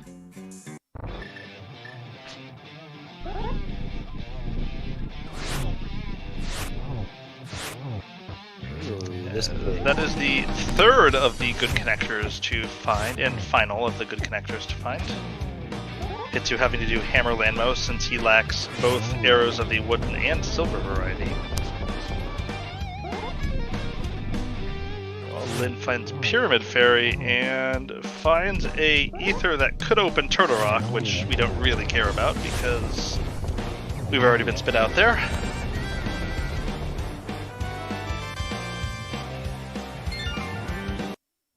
So overall, nothing too major of value from that connector, but it's just good to have that peace of mind knowing that there's nothing there. Yeah, it also means at this point Lynn is probably going to be devaluing connectors because there's nothing particularly interesting he needs to get to anymore.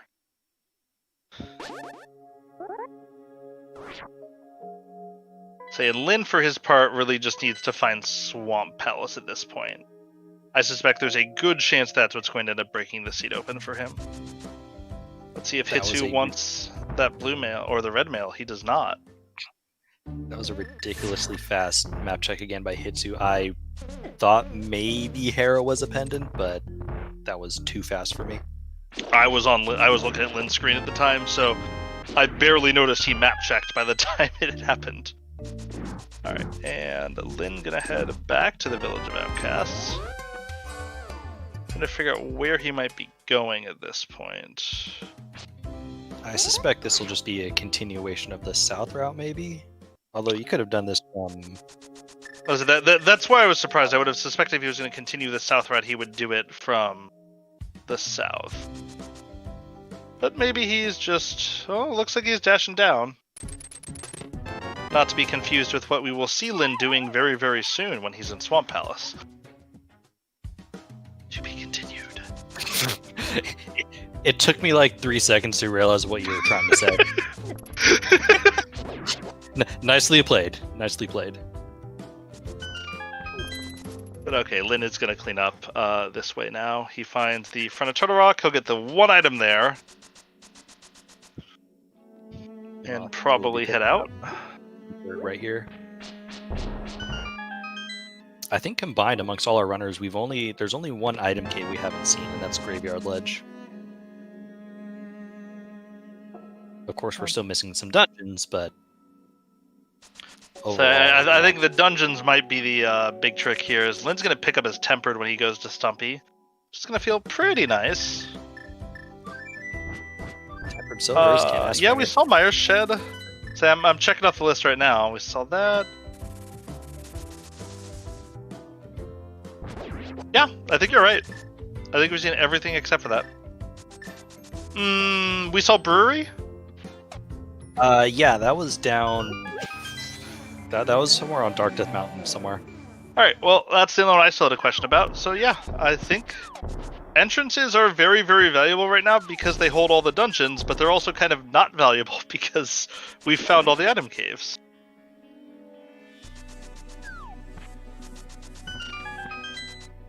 I think you'll see that most runners do different levels of tracking.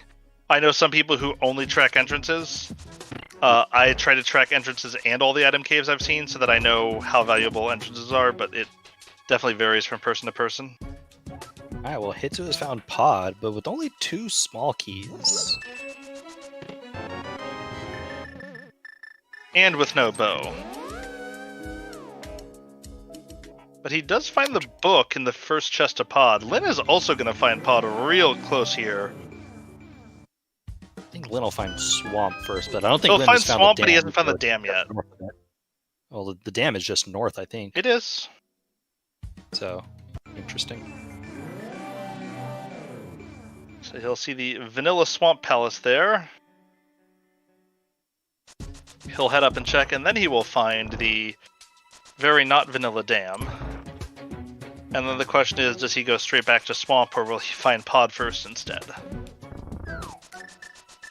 And I suspect if he finds Pod first, that Lynn will probably just go in and try to clear as much as he can.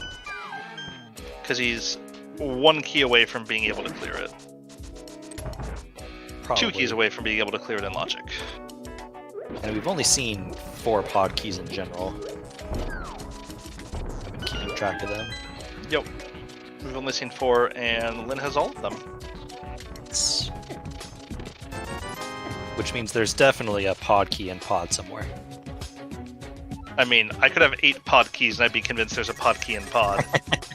Even though there's only 6 Pod keys anyway.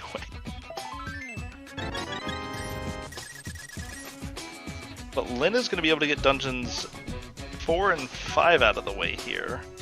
Pod very possibly being a pendant, but sure be interesting if it ended up not being a pendant.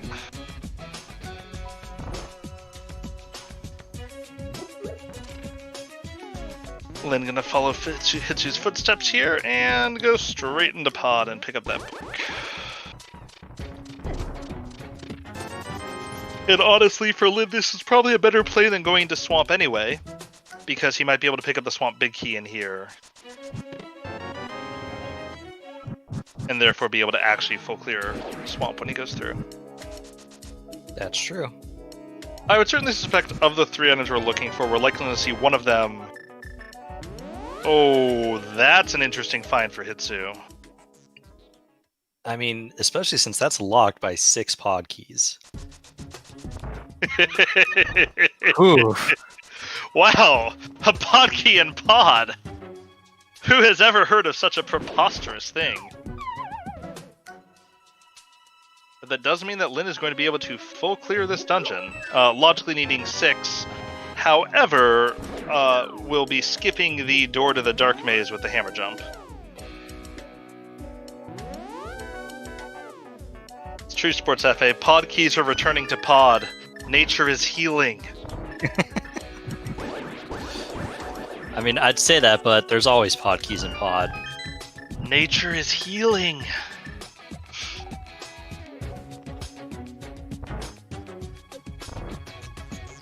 Hitsu having to potion glitch this, since he still does not have a bow. Poor Hitsu. He knows where one is too, and that's probably got to be what's really frustrating for Hitsu right now, is that he knows where a bow is. Yep. And he knows even has the tools to be able to get it. Wow, a pod it's key in Pod. Which admittedly does put everything in here in logic for Lin, not as much for Hitsu, because Hitsu's still missing a small key, but... Alright, Hitsu gonna check... I was thinking earlier, like, because the GT big key was locked behind 6 pod keys, I'm like, okay, maybe there's not as much importance there, but with 2 keys in pod, giving us all 6, I mean... Oh, Hitsu's gonna make the pyramid play now. I was wondering when we saw the GT big key if he was actually going to use that as an excuse to climb, but this is a perfectly understandable play as well. But probably a little bit frustrating for Hitsu. I think this is also the first time we're going to see the door of Hyrule Castle. Yeah. Or of the Agate Tower door. Which ends up being Skull Woods. All right, well, you're the here. only dungeon we are missing at this point is the Tower of Hera. I mean, if I'm Hitsu, I'm definitely sequence breaking this at this point. Oh, yeah. So this is probably just about the easiest sequence break you can do in the entirety of Crosskeys. Or at least one that you will never use in non-Crosskeys, since obviously you need the Fire Rod to get into the back of Skull Woods. So Hitsu's going to kill these bombos, then he's going to set up a bomb jump at the top, and it becomes very easy because you can literally just line yourself up with the wall, and so there's not even like a tricky sword spinner thing that you need to do. It is entirely free. Except it's that one freer time. than your points on ladder if you get matched up against me. I was trying to say I suck. I wasn't trying to say you suck, but... I was gonna say, like, that there was one time I did this bomb jump and I somehow clipped myself underneath the floor, and I'm like, okay, well, that happened. Oh, you EG'd Don't know yourself. how I did it. I guess I EG'd myself. I EG'd myself in Chicken House once. I really don't know how I did that one. Sure, I have no idea either. No idea. Like, I think I walked into the bomb, but it somehow sent me into the underworld. I don't even know. By the way, pot is dependent. Yup, which is not overly surprising, especially given that Skull Woods is the last crystal. So Tower of Hera could just be sitting in Ganon's tower. Could also be sitting in one of the many glove locks or myth-lock spots that we don't have access to. That's true. But I do think I'm not sure if Lin knows Hera is dependent yet. I do not believe he knows, no. But, I mean... But he does know that he needs to find one of Skull Woods or Tower of Hera. Right. I'm really excited. We're going to get the rarely seen Don't Hammer Jump in Crosskeys. As that fairy continues to wile its way into Lin's pocket. As Hitsu finally clicks himself back into logic.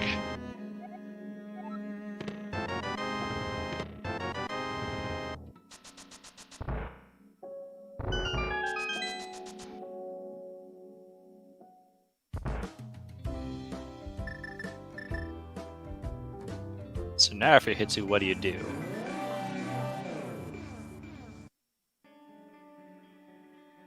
Swamp feels like the play. I agree.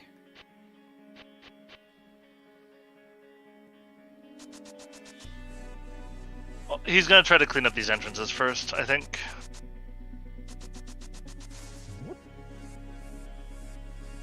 Lin's gonna end himself on the big chest here, and then probably head right back down to Swamp Palace, potentially checking Bumbo's tablet on the way.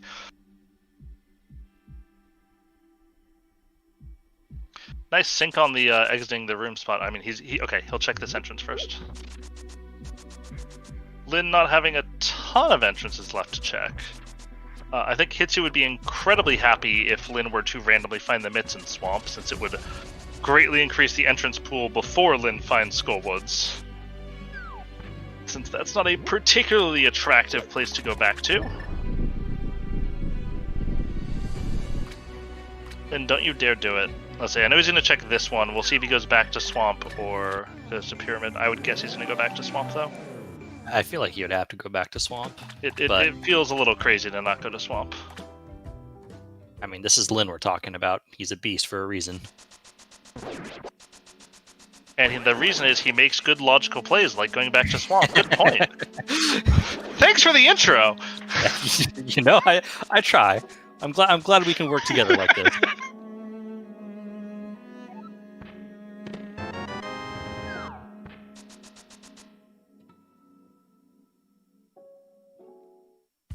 So one of the things I've always really enjoyed about Crosskeys is just how much divergence you can get between routes. And so, like, hits you just check Crosskeys. I'm pretty sure Lynn checked that over an hour.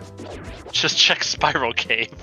I'm pretty sure Lynn checked that from time to time over an hour ago. And, like, I mean, Hitsu just found his flippers, and obviously that was a sequence break, but even so, Lynn's had those things for, well, a long, long time.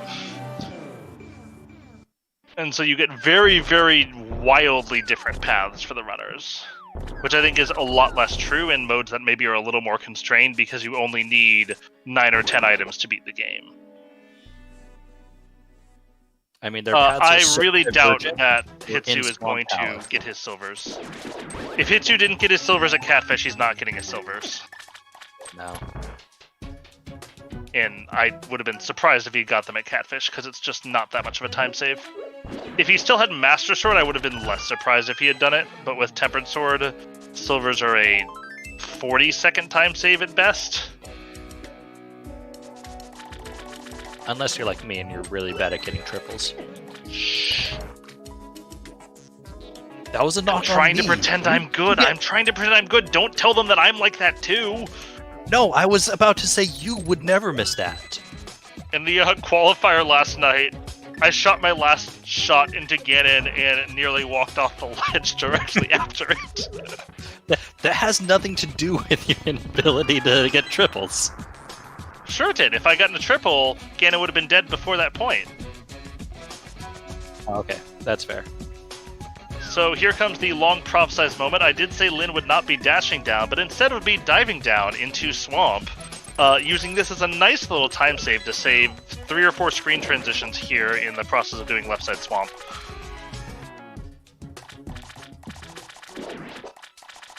And there was once a time where the Canis Mario wasn't this broken. Who uses Canis Samaria for diver down? Come on. Look, just because I don't know the bomb jump strat or the I mean, bomb most people use the Canis Samaria, but I don't have a better way to tell you than this, that the bomb one is just kind of better, especially in not Crosskeys versions, because then you don't have to be doing Canis Samaria. Yeah, I mean, I agree that the bomb version is better. That doesn't mean I know it. Hey, it's our first Turtle Rock key. And lo, the 4th Go Mode item did appear. Since we do in fact need one small key to Turtle Rock. But yeah, just sort of restating for people who don't know, you are supposed to have silver arrows to kill Ganon. However, there is a weirdness where he becomes vulnerable for a slight period of time.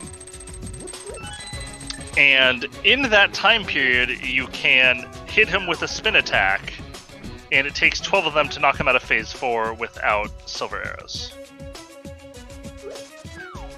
Lynn, by the way, doing the more efficient route through Swamp Palace, where you do this compass chest after left side.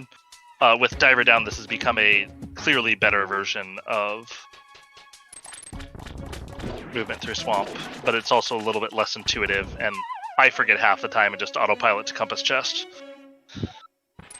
Yes, that is correct. You are technically able to swamp, or to slash.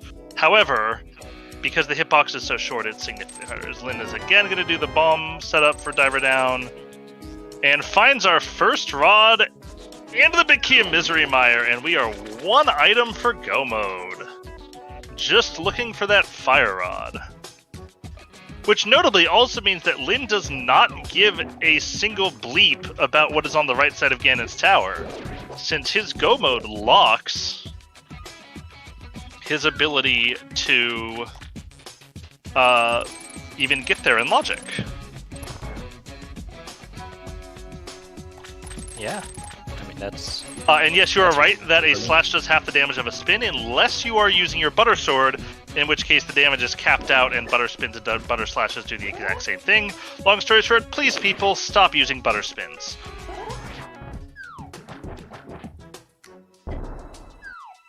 I'm still going to use Butter Spin against Ganon because that's a lot easier to hit. Oh yeah, you can totally do that. Just don't do it in normal. There is actually one enemy in the game that has different damage for Butter Slash versus Butter Spin, but it's pretty pointless because it's the Hinox. Today I learned. Is it the second Turtle Rock key? It is. Oh!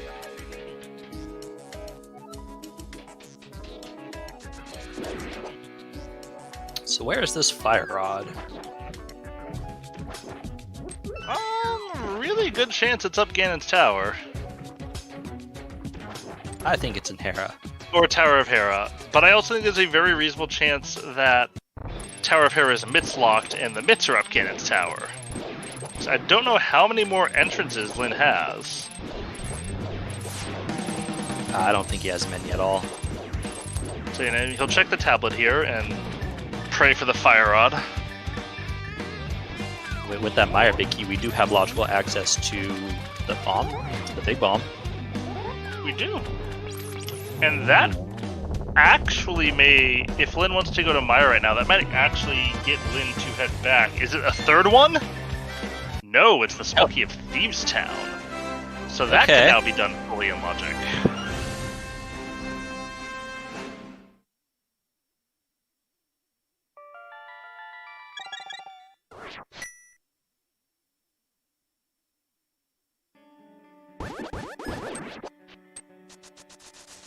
Thankfully, Misery Mire is in a very nice position. Yeah, it really is. And so Lyn will come in here and just take it really quickly. One small note, by the way, since we're approaching the 2:05 mark in real time on the race, since the runners are 15 minutes delayed, just a reminder, if you are watching the race room, please do your best to not spoil the result for people until it has caught up to here. I don't think Hitsion did Hitsion do left side?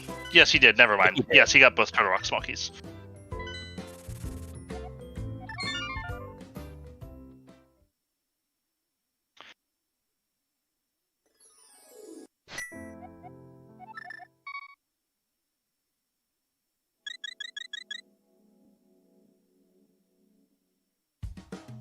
I was saying one notable thing is Lyn also does need to find Skull Woods, so Lyn could find the Fire Rod and would not know he is in Go mode necessarily.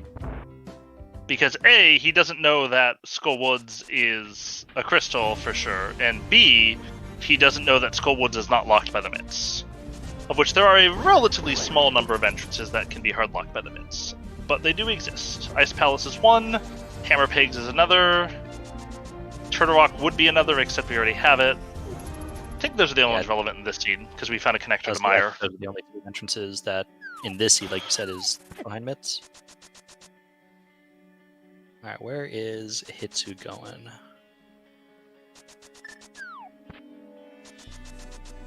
Eastern Palace. Yep. I had to look at my map for a second, I'm like, what was in Dark Chapel? Oh, right, okay. And yeah, Hitsu is going to start cleaning up a little bit of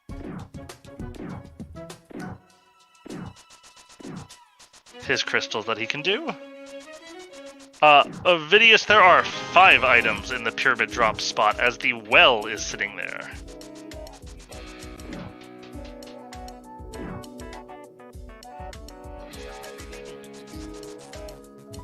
So it just becomes a matter of when does either Lyn or Hitsu make that call?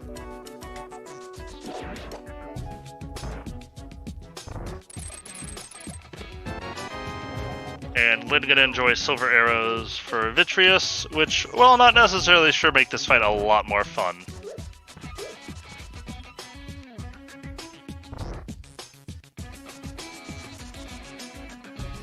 Sports Hefe, this is the Crystal's goal, which in version 31 is equivalent to Fast Ganon, yes.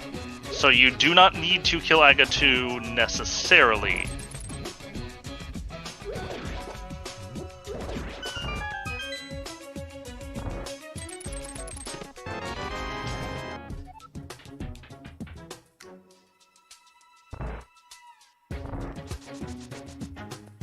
And Lyn is setting up that big bomb, and will also find Skull Woods and get his 6th crystal afterwards.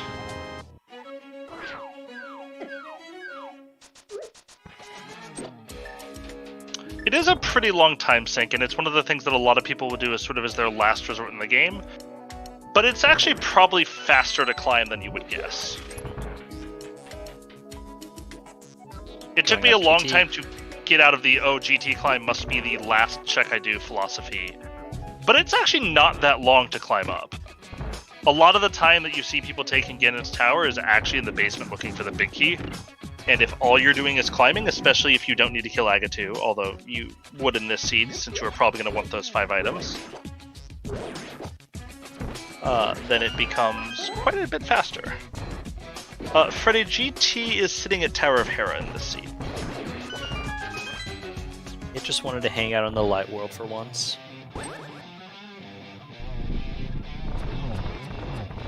And funny enough, Hera could actually be at GT. That'd be pretty good. That actually would be pretty funny. Just a little, just a little bit of world swapsies there. I think it's gonna be right here, though. I really hope it's not. Hey! Oh, it is! Alright, mitts are not needed in this seed unless they lock the fire rod. And I believe the only way they could do that is if that's some graveyard ledge. If we have been tracking our entrances correctly. I believe so. That's our last GT key, by the way. That's 4 GTs. Slime is starting to look juicy. Have we seen Graveyard Ledge? I don't remember seeing it. It must have been recent, or not recent, but at least I stopped paying attention. Right. It's not something I know off the top of my head. But that's the only one I haven't seen tracked. The actual... Okay. Well. If that's the case, then we've seen every item cave.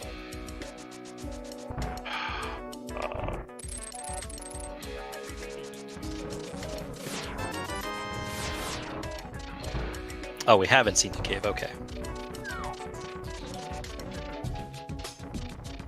Oh, we've seen the door. Yeah. No, we only care about the door, the cave itself.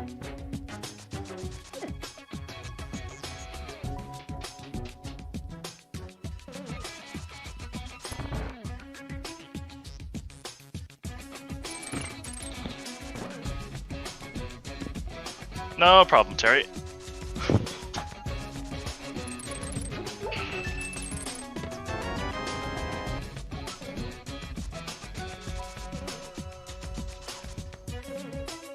Notable, by the way, that Hitsu is also now just down to Fire Rod for go mode.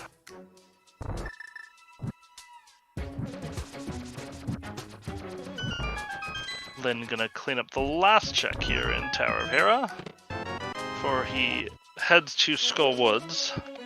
Not that he knows that he's gonna find Skull Woods here, but he does know that Skull Woods has to be the last crystal at this point.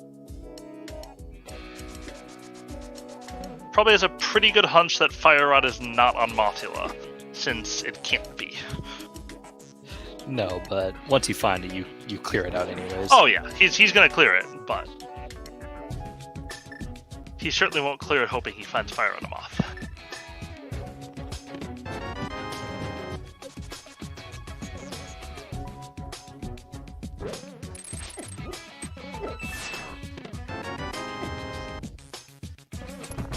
We've already seen the Ice Palace Big Chest spams. But yeah, assuming that Hitsu never comes back to here, Sports Cafe, you would assume that Hitsu's gonna gain some time back from this. Oh, Fire Rod not in Tower of Hera. So that does put that Ganon's Tower climb as really juicy.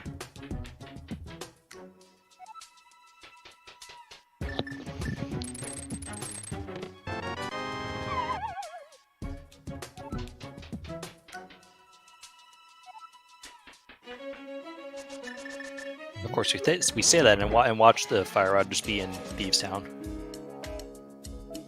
That's a definite possibility.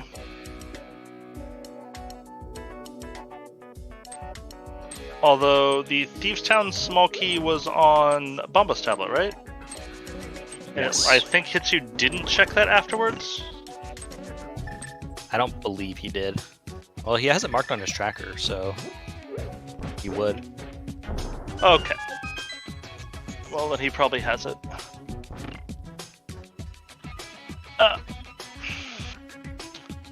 Fire Rod could be at pedestal.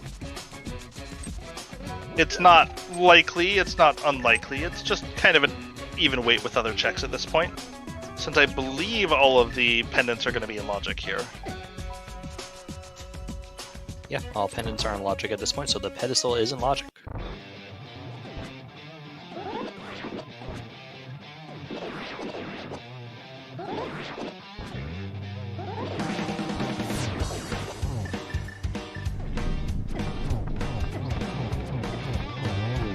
Alright, so this for about 10 seconds will give Hitsu a crystal lead, because this is crystal number 6 for Hitsu.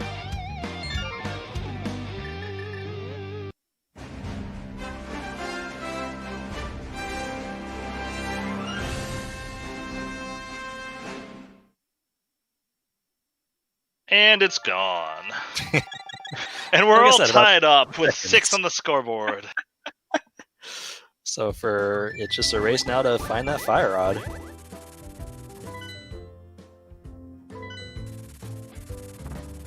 I think Hitsu is making that play to GT. Yep, it looks like he's going for the climb. Or he may be going for the GT big chest. We'll see which one he goes for first.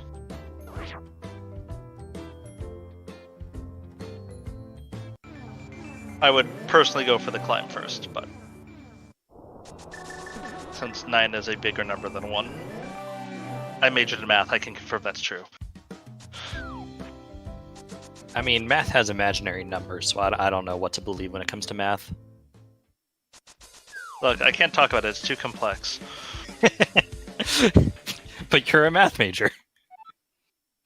How about that?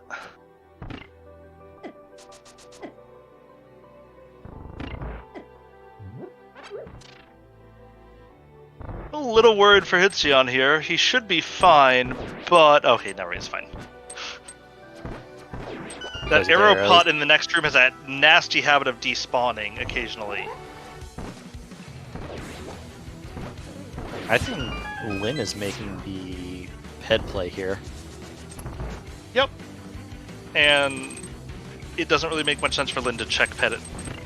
For Lynn to check pet at this point, it may as well just be, I'm going to beat Thieves Town and just blind pull it. Oftentimes, if you only have one pendant dungeon left and you can just do it, it's a better play than actually ever checking pet.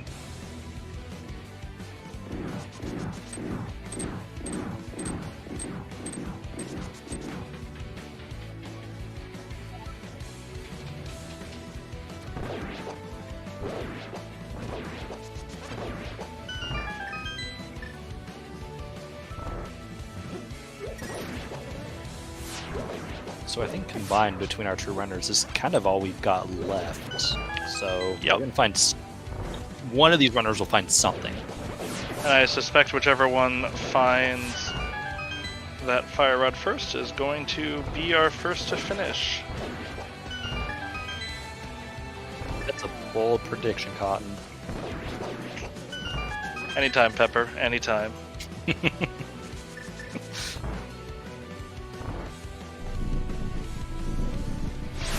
One of the all-time great sports movies. Right there. If you haven't seen Dodgeball and you watch any amount of sports, you will die at the commentary.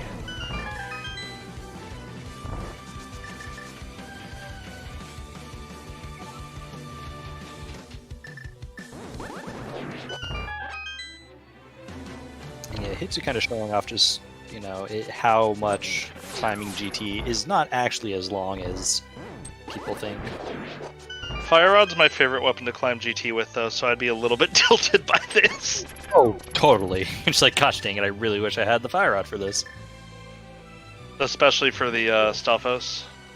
And you'll see Hitsu having to do a slightly different route than most people maybe are used to for these torches, since he doesn't have a Fire Rod to shoot. And it is not the grand prize in the Thieves Town Big Chest. So it's it is logically required. 3 items left behind this blind play. But I assume Lynn will check and hope to find the fire rod before the GT climb.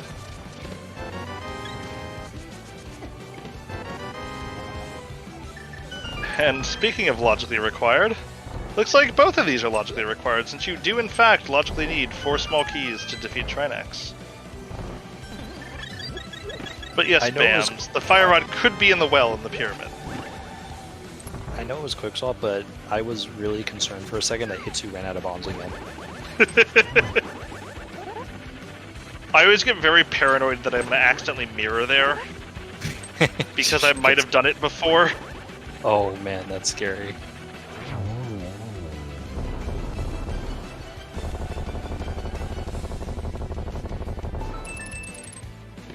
And it is a validation hover fire rod for Hitsion to put him into go mode.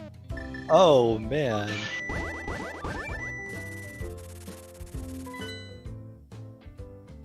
Alright. Now Making my description of Crosskeys accurate yet again, of a mode where you spend 2 hours convincing yourself you will not climb Ganon's tower, only to give up and climb Ganon's tower after 2 hours. As Hitsu is now making his way to Laser Bridge, which I'm pretty sure is terrible to get to. I was gonna say, like, I feel like almost, I don't know how many keys Hitsu has to TR, but like... He has enough. I think it might have been faster to actually go... To go to Kakariko. Kakariko. Yeah. Because this is miserable. Oh, it's our second castle tower key on Green Pendant. Excellent. Now we can kill Ganon. I mean, I'd think about it at 2, Freddy, with the well below Aga. I would definitely think about it at 2. As Hitsu is going to make his way to the mire area now. God, that's a brutal path. Is going to be look to defang the Twin Dragon here. I don't even know if Trinex has teeth. Alright, so Lynn is about to... He has the book out. I hope he's gonna check before pulling. Boo! Boo this man! You go that far, just pull it.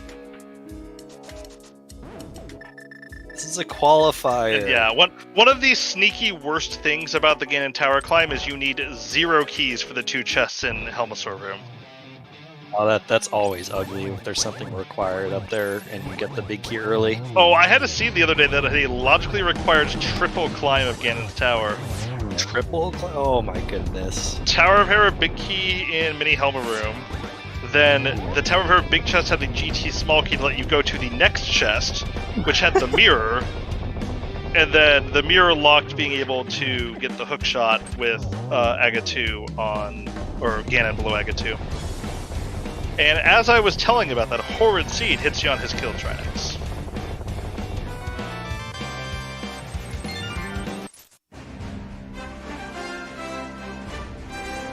Lynn is gonna face the music here and make his way up the tower, as Hitsion will be making his way towards the Ganon fight.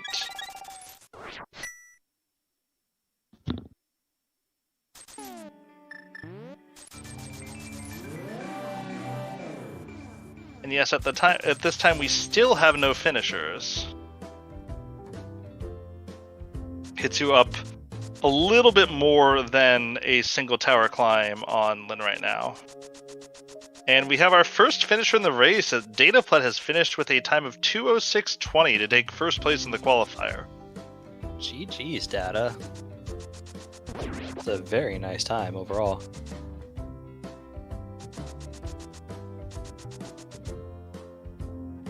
Hitsu remembering there is a slightly quicker way to Ganon.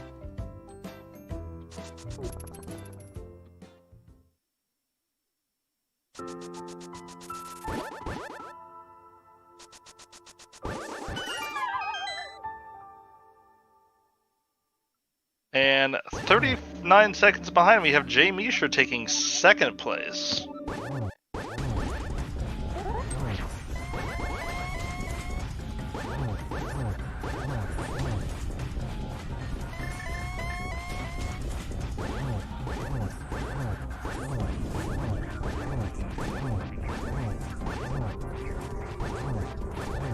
Not quite the 1-in-1 that Hitsu was hoping for, but a 2-in-1 is always acceptable. Nope, and he can hope that he's going to be able to take third place here if nobody else comes in the next couple minutes. He obviously is missing silvers since he lacks the flippers for so long. So phase 4 is going to take him a little bit more time than it would for, I would guess, most runners who didn't sequence break that pearl.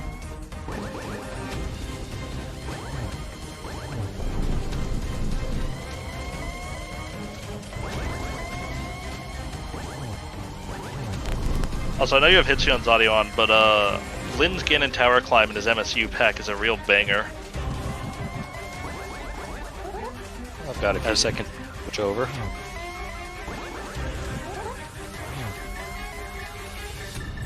As Hitsu now is going to work on his Silverless Phase 4.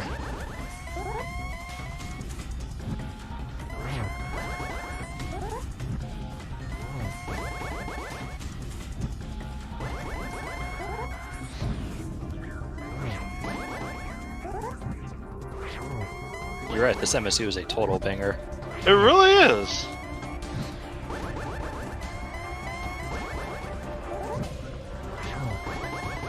Hitsu meanwhile showing off the triple ability that you have with Fire Rod on Ganon with Silverless. Lin unfortunately decides he doesn't like the end of that torch. As Plasma Kappa rounds off his weekend with a second, I guess it's still Saturday, so maybe not rounds off, but gets his second podium finish, sniping out Tam by 2 seconds for third and fourth place, as Hitsu is probably going to make it to fifth place here as he finishes. And he'll finish in fifth place. Official time, 2 hours, 9 minutes, and 26 seconds. GG's to Hitsu. Very nicely done overall. Yeah, really nice. We're going to see if he can join us. He's not in the Discord right now, so let me make sure he actually has the Discord link.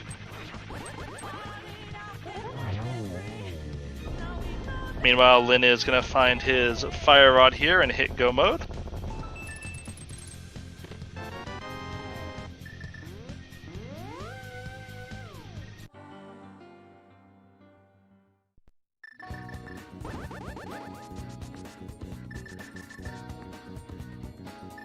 And Lin, thankfully, can just mirror out straight after and go straight at Laser Bridge here.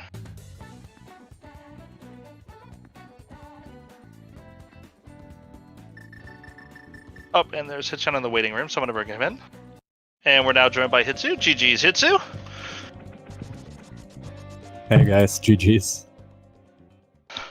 So you had a little bit of an adventure in that scene, being certainly the last person to, at least on the restream, to get your Moon Pearl in Logic, although you were the first person to the Moon Pearl. Any sort of overall thoughts about the seed or sort of how you did? Yeah, I don't know what to say, man. My routing was not so good. It was a bit clown routing. Also, I found the hookshot in ice and forget that I was already up there to check GT. Then I missed the boot. Yeah, I would say that left side GT didn't really have anything you actually needed, but you had it had a lot of stuff in there that you really wanted. Given it had both the flute and the boots sitting there. Yeah, and the flippers at the end, I was sure it's there, but I was hoping I find it earlier, man. Yeah, you found the Moon Pearl about 45 seconds before Lin found the flippers. Because he had found the mirror a little bit before you, and he decided, you know what, I'm just going to go straight to the pyramid and check here. And so we saw that Moon Pearl like, well, the flippers are going to have to show up somewhere soon. And then Lin walks into Mini Moldorm Cave for us, as Lin is now collecting his 7th crystal here. Yeah, also it had the bow too. Then I had to double dip Eastern. And you missed silvers as well because of it? Yeah, so many things, man. And in Skullwoods, the thing that I had no bombs and I tried to get the right drop down, and only the last one left is the right one. we were really confused for a bit. Like, what is Hitsu doing? Why is he checking all these drop downs? And then someone points out he has 0 bombs. We're like, oh. And you still couldn't even get lucky enough to find that entrance that has the bombs right next to it in Skullwoods, which was pretty unlucky. So yeah, you had a lot of unlucky in this seed, but I think you ended up with a really, really nice time overall. And Yeah, 5th may be a little lower than you were hoping for, but right. it's still a very nice, respectable finish. And should be in the par scores, I think, for this, since we had, 29 people? 30 people? 31 people. 25% will be 6. Yep. Maybe 6 or 7. Say Lynn's going to look to see if he can close off the par score here by taking 6th place. Lynn doing the NMG ear strats of the dash pokes here. And pulls off the 1-1 and heads to phase 3 here. And he will have a slightly nicer phase 4 than Hitsun did, since he does have the ability to stab Ganon with those silver arrows. And yeah, Lynn's MSU has been pretty awesome all seed. So I definitely had his audio on the entire time. Don't worry, Hitsu, I had your audio on, so we're good. Thanks, guys. What was your MSU pack, by the way? I couldn't actually place it. It was from P-Train, My Hero Academia. Oh, it's the MHA pack, okay.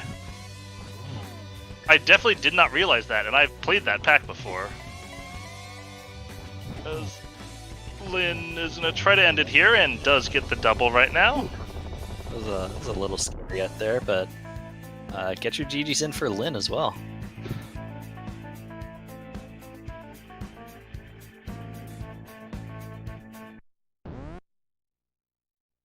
And Lynn is not in the Discord last time I checked. Let me reach out to him really quick. That's a 6th place finish for Lynn, 2:14.29. So we'll round out the median score, or the mean score, not median. Pep hands. And we're joined by Lynn. GG's. GG's. So, Lynn, what'd you think of the seed and that lovely little search for Spectacle Rock that you guys both were searching for since about the 20-second mark into the seed? I don't mind that. I full cleared the seed. And, 2:14.29, I'm okay with that, given everything I did. Yeah, you were super efficient in your clear path. Like, the only thing I left before climbing GT were Tile Room and GT Big Chest. I have nothing else left. Yeah, and I'll say Hitsun sequence broke the right side of GT, which we assumed you were going to be happy about once you found that Fire Rod was going to be your go mode. I mean, that's the reason I never went back to GT. Oh yeah, obviously, because it was one of you had 3 items left for go mode, and then you found 2 of them next to each other. In a room that has been suspiciously stacked this weekend, because last night it had the boots there in the qualifier. But overall, Hitsun will score 1,006 points in this qualifier, and Lynn will come in with a 968, since that will round out the top. I guess it'll be 7, won't it? At least for it. So both really, really nice scores from the 2 runners.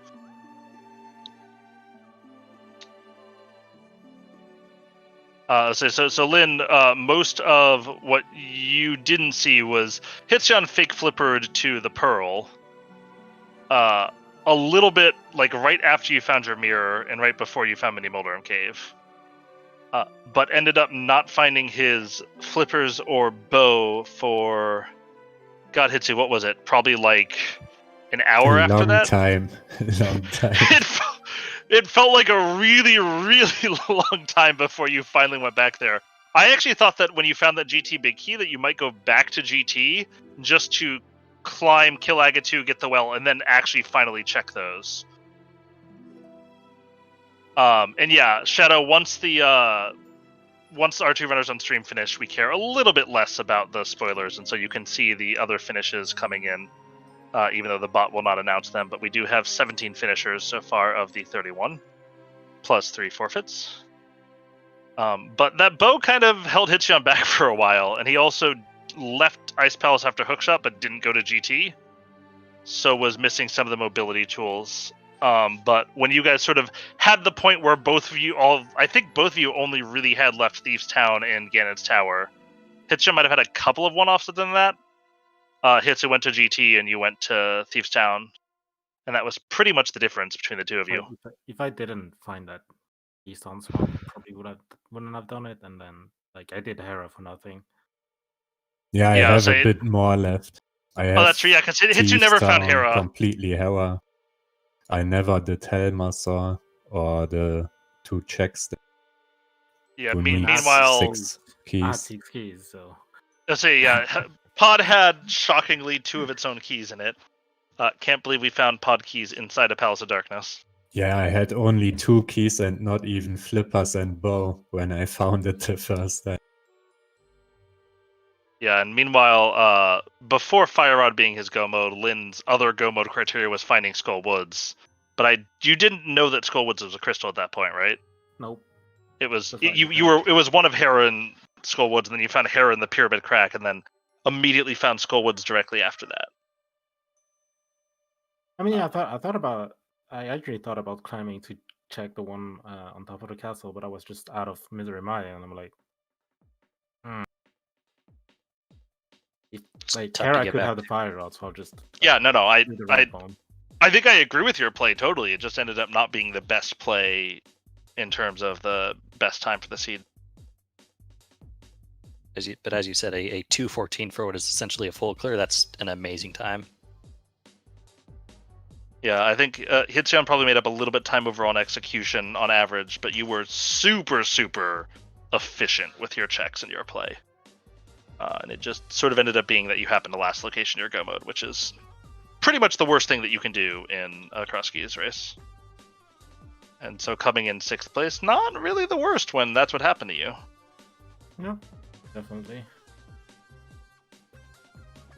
I mean, I'm happy with my route. Like that was super efficient. Like I saw a few Totally. mistakes here and there, but like in terms of like routing efficiency, that's literally the best, probably best thing. Like Yeah, I think your routing is the best that you could have seen in this seed. It just unfortunately, after know, finding the hook shot in Ice Palace, so like I'm kind of low on hearts. Fighter sword, nope. Just gonna check GT. I'm gonna loop around again, and then I find the flute. And like, hey, I can flute to Ice Palace again, so I'm gonna put it off until I find the big key. Yeah, and I was worried that you were going to do that without the Cane of Samaria anyway, while you were there, because it had to be at least a little bit tempting to go in at that point. But you guys were both on very, very low gear when you walked into Ice Palace with Bombos for the first time. Yeah, I was scared to do it at the first time and went out instantly after. Yeah, the same. Really, really same. Like 6 hearts. But I forgot then forward. that I can do GT and only went on the right side on the mountain and save Like and I said, quit. I was actually planning to loop around, like go to GT, check East Death Mountain, and go back to Ice Palace, and then the flute was in GT. I was not thinking about that. I don't know why. Sometimes my brain is not working. I mean, it's pretty late for both of you, to be fair, although I don't know what your sleep schedule's like quite as much, Hitsu. Yeah, it's pretty normal that I'm up now. Oh, okay, I'll say, because this started at, what, 1 in the morning for you guys? Yep. If I can time zone correctly? Yesterday was very hard, the race. That time was too late. I was shocked you were in that one. Starting at 5 a.m. for you. So meanwhile, that one was like right in my wheelhouse at 8 o'clock at night, getting back from, well, not like I left anywhere to go to work, but you know.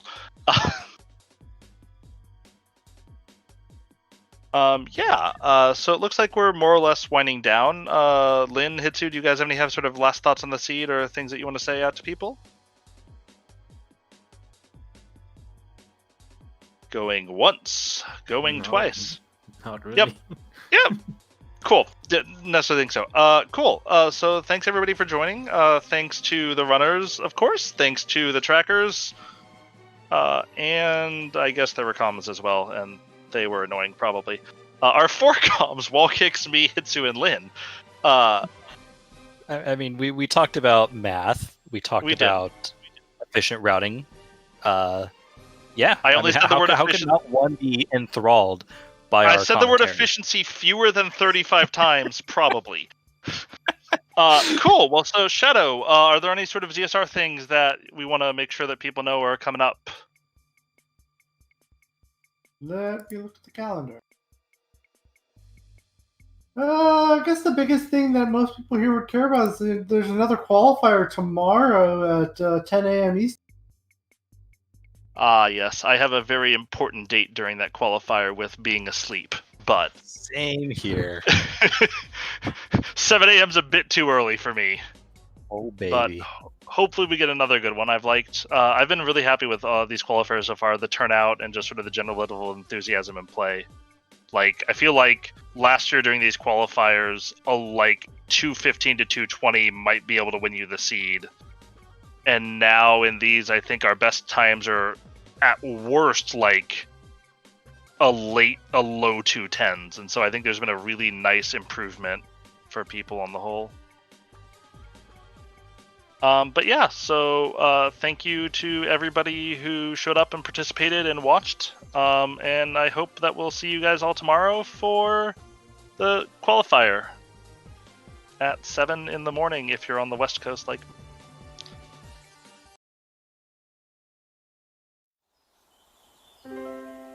Thanks for having us.